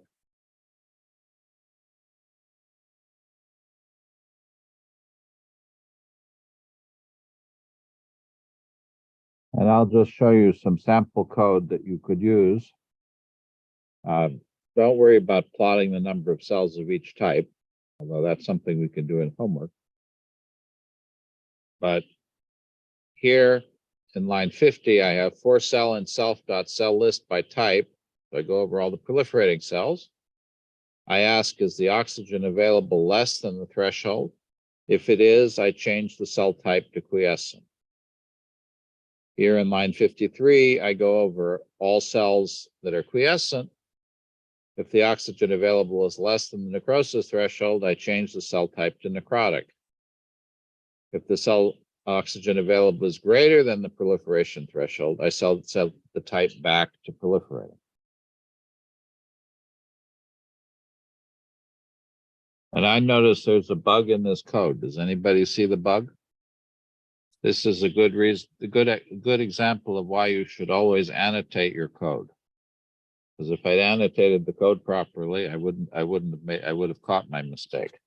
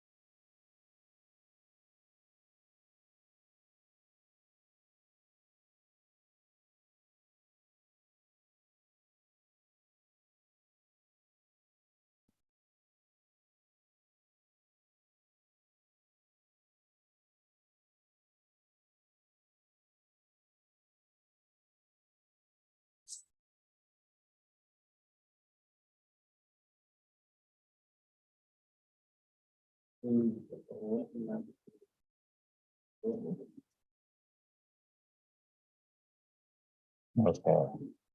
For that annotation, does anybody see the bug?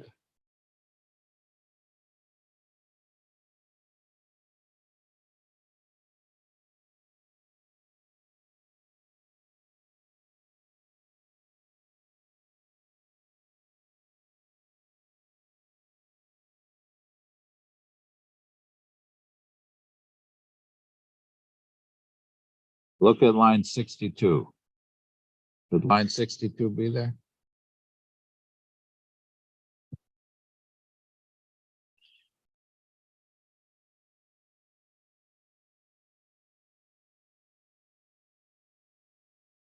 It's a repeat. Very good. What happened was I created 3 loops to do the uptake, and then I cut and pasted those 3 loops to do the type transitions. And I forgot that there is no type transition for necrotic cells. So I shouldn't have had it there. And so I was actually doing the uptake twice for the necrotic cell. So I was exactly backwards. In reality, the necrotic cells shouldn't be taking up oxygen at all. In my code, the necrotic cells were actually taking up twice as much oxygen as the others. If you're already done, you could work on plotting the number of cells of each type and this kind of thing, if you're interested. But let's go on for the moment.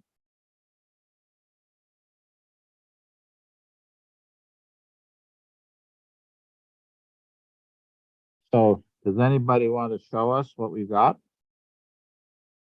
when you run this? Or you have changes of type?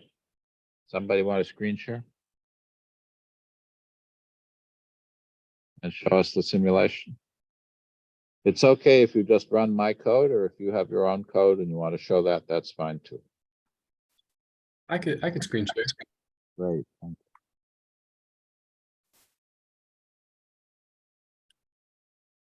you. Okay. So I haven't done the plot per type, but you can see the color coded pretty well. Initial conditions, and then pretty quickly, a lot of my quiescent cells become proliferating. I had to let it play for a good amount of time before I had any quiescent cells start to form. But when I went through and if I reduce, oh, I don't think I shared. Let me share my whole desktop.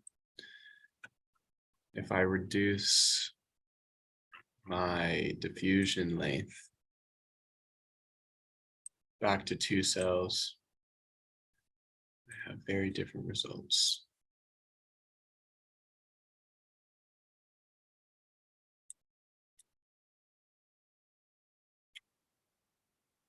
So when you do this, you really see the diffusion length. Yeah. And those the combination of the diffusion length and those thresholds, you can have a tiny layer of proliferating cells, a lot of quiescent cells, a small number of necrotic cells, a big cluster of necrotic cells, and a small layer of quiescent cells. You can really adjust it. So let's let this run for a little bit and see how it equilibrates.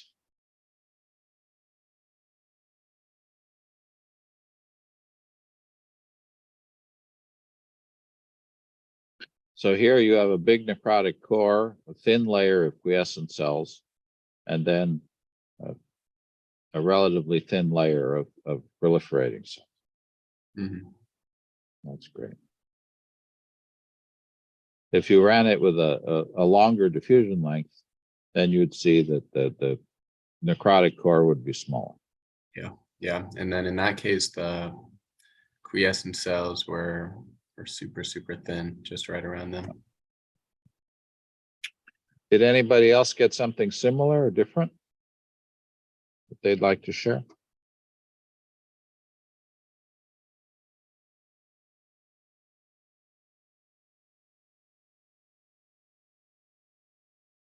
Okay. So the 5th exercise, which I think we'll skip because of time, would be, and this is the reason I originally wanted people to adjust the proliferating and necrotic cells was to try to adjust the thresholds so that you wind up with approximately equal numbers of proliferating and quiescence. Here I say proliferating and necrotic cells. I actually meant proliferating and quiescent cells, but proliferating and necrotic balance would be fine too.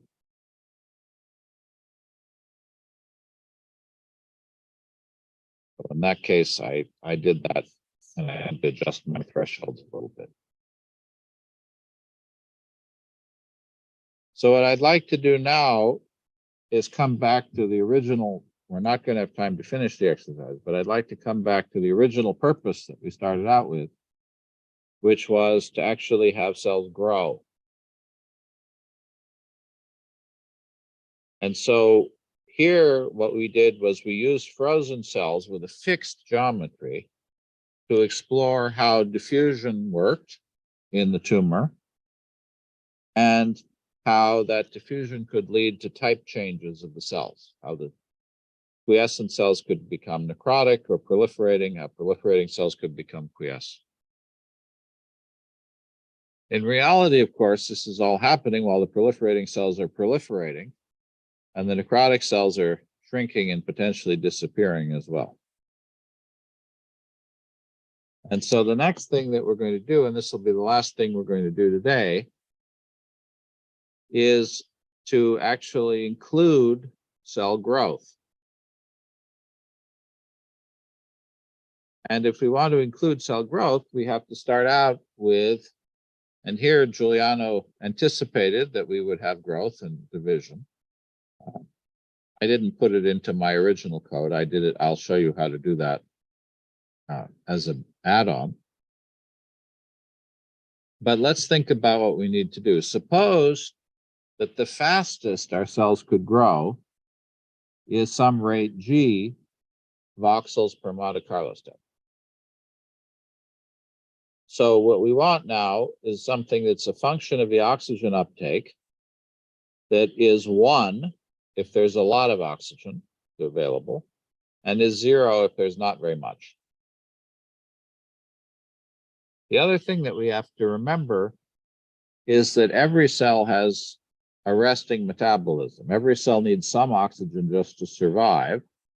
That's why our quiescent cells become necrotic if the oxygen level goes too low. And so our available oxygen is not just the uptake amount, it's the uptake amount minus a constant, which is the resting metabolism. So the first thing we're going to do is we're going to say that the available oxygen for growth is either 0 if there's not enough, or uptake amount minus that metabolic level if there's more oxygen. And then we're going to say that our cells grow at a rate G, whatever our maximum growth rate is, times S divided by S scale plus S. This is a Michaelis function. If S is small, then F of S is proportional to S over S scale. So it's linear in S. If S is very large, F of S is just 1. And S scale sets the level at which we switch from linear growth to saturation.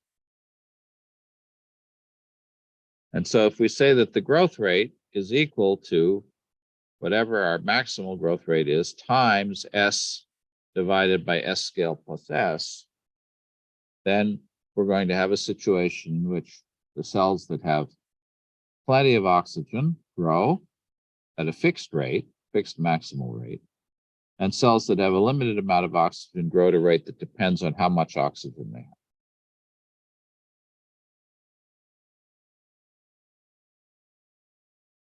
So we have 2 exercises here. The first one is just unfreeze your cells. How are you going to do that? Well, in the XML, where you say freeze, you take out the freeze when you specify the cell type. Let me remind you of where that is. The second thing that you're going to do is you're going to have to now define the initial lambda volume and target volume for your cells. Now, in Giuliano's case, we did that. He put that in by hand because he knew we were going to do this later on. In my code, I didn't do that in advance. So you have to do that. If you're using my code as a basis, you'll have to do that. Let me just show you quickly.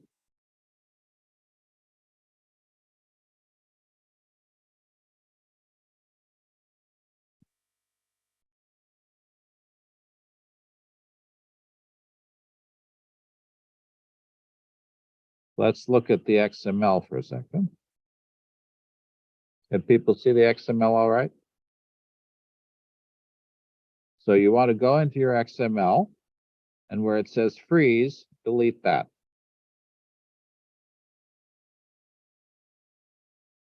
And then try running it and see what happens.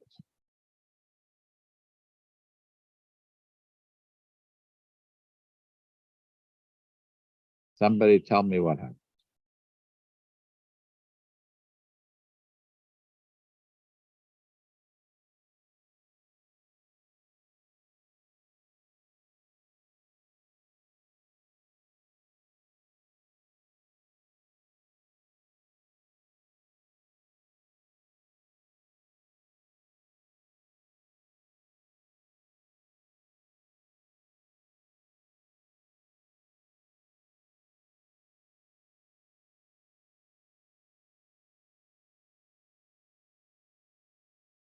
And then in your Python, in your start function, let me see where that is, because I have a couple of Python. Let's see. Well, I don't have it in my start function because, as I say, I didn't put it in. In my start function, what am I going to have to do? I'm going to have to iterate over my cells, and I'm going to have to give each cell a target volume of 64 and a lambda volume, and Juliano likes 8, so we can use 8.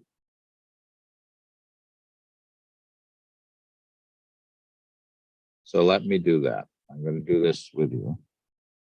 The only thing I'm going to have to do is I'm going to have to change the name of the file so that I don't clobber the one that I have saved.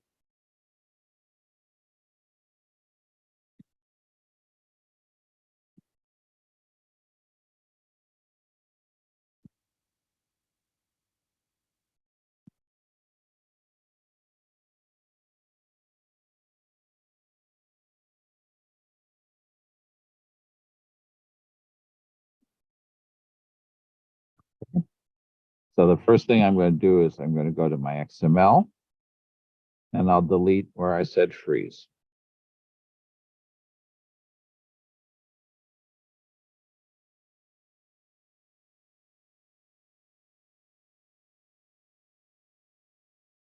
And actually, since I haven't been running this, before I do this, let me run this, make sure that it works.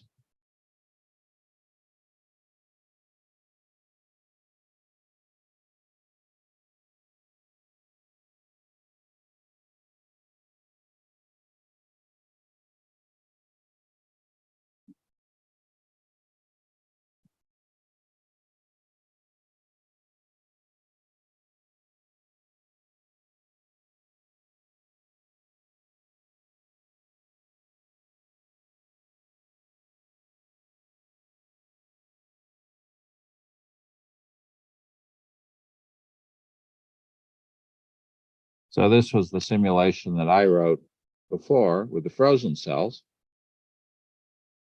with the cell differentiation. And as we saw,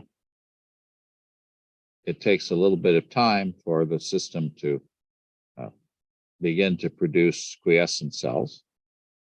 You'll see here I'm plotting the number of cells. So the number of quiescent cells is coming up. Number of proliferating cells is going to come down. And then as things continue, you'll see the number of necrotic cells will start going up.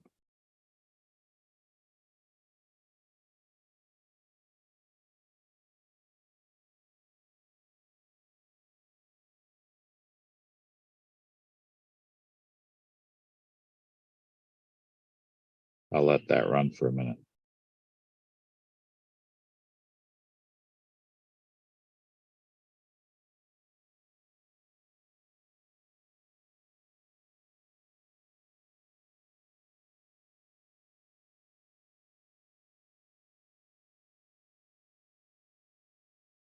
Well, maybe I have the threshold set in a way that's not going to be very attractive for that. I might have to change the threshold.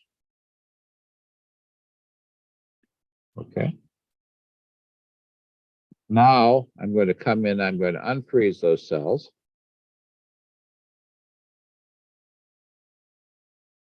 Once I know what I had before.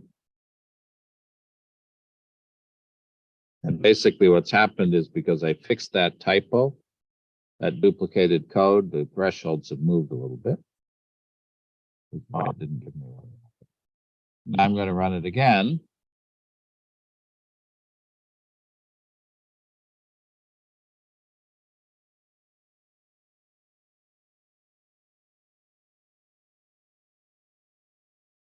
And what happens?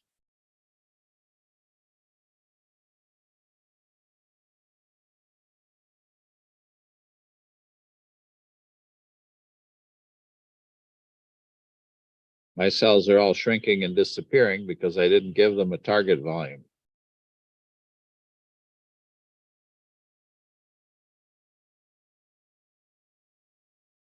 So I have to come back, and now I go to my Python.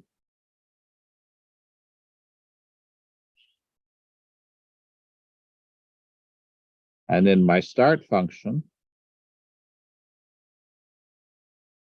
I'm going to iterate over all cells, CC3D project, Python, visit all cells. I have to indent. And I have to give my cell a target volume and a lambda volume. So I go to CC3D Python, cell attributes, lambda volume.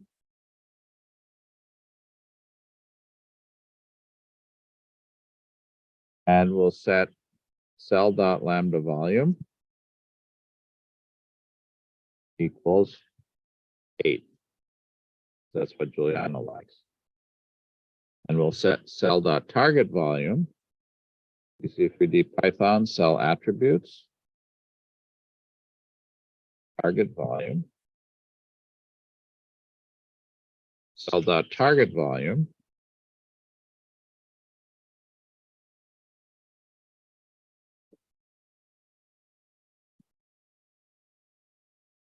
is equal to 64. Get rid of some of these extra lines, blank lines. Okay, and now I'm going to run it. I have a typo. Where's my typo? Invalid syntax. Let's see.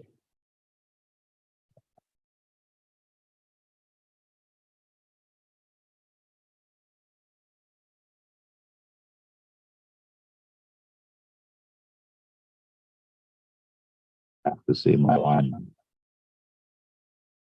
15.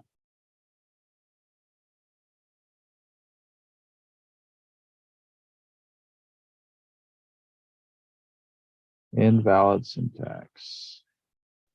Yeah, I think you need to finish the parenthesis after your start function. Oh, thank you.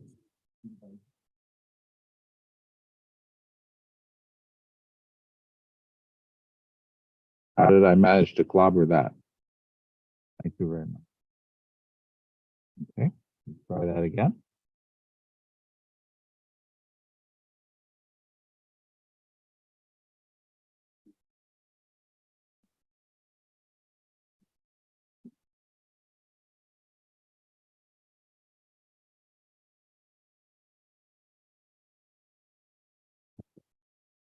So now you'll notice if I zoom in on my cells,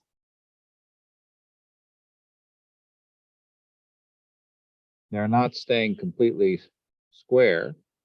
They're beginning to round up. So they are unfrozen.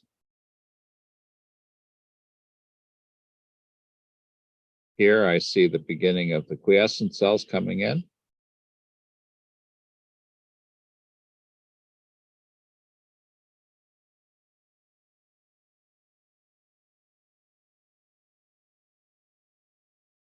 And I can play with that to make that into a more interesting simulation.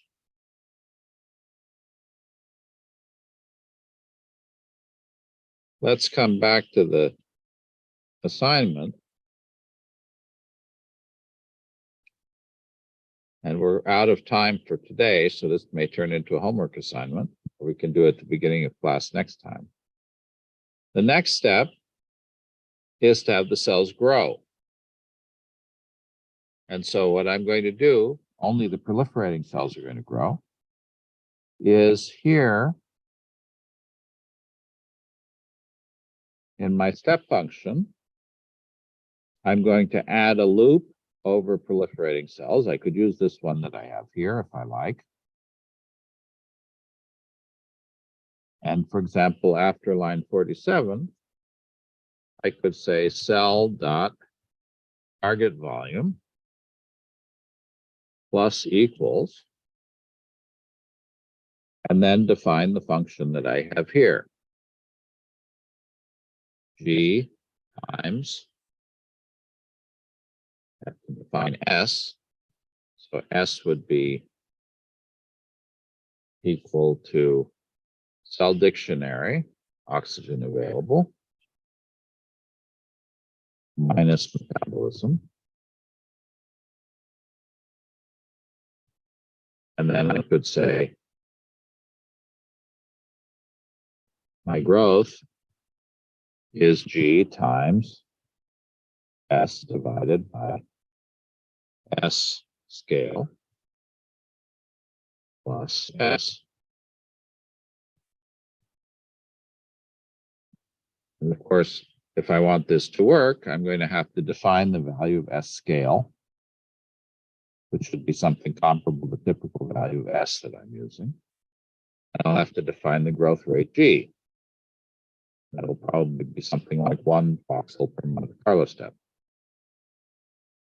And if I run that, and I'm not going to run it today because we're out of time, but I'll show you what you get.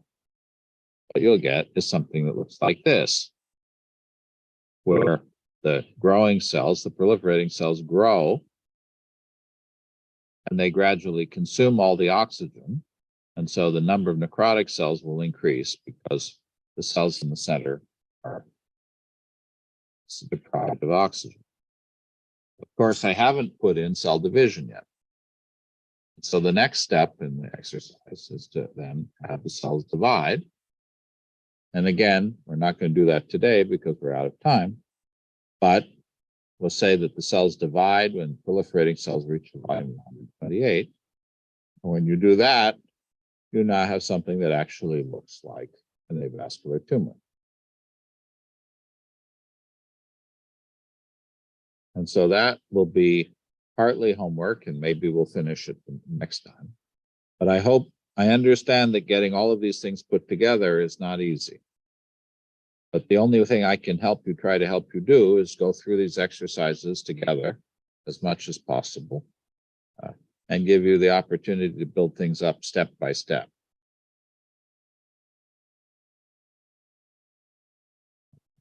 Are there any questions or comments before we break for the evening? Let me switch to screen share here.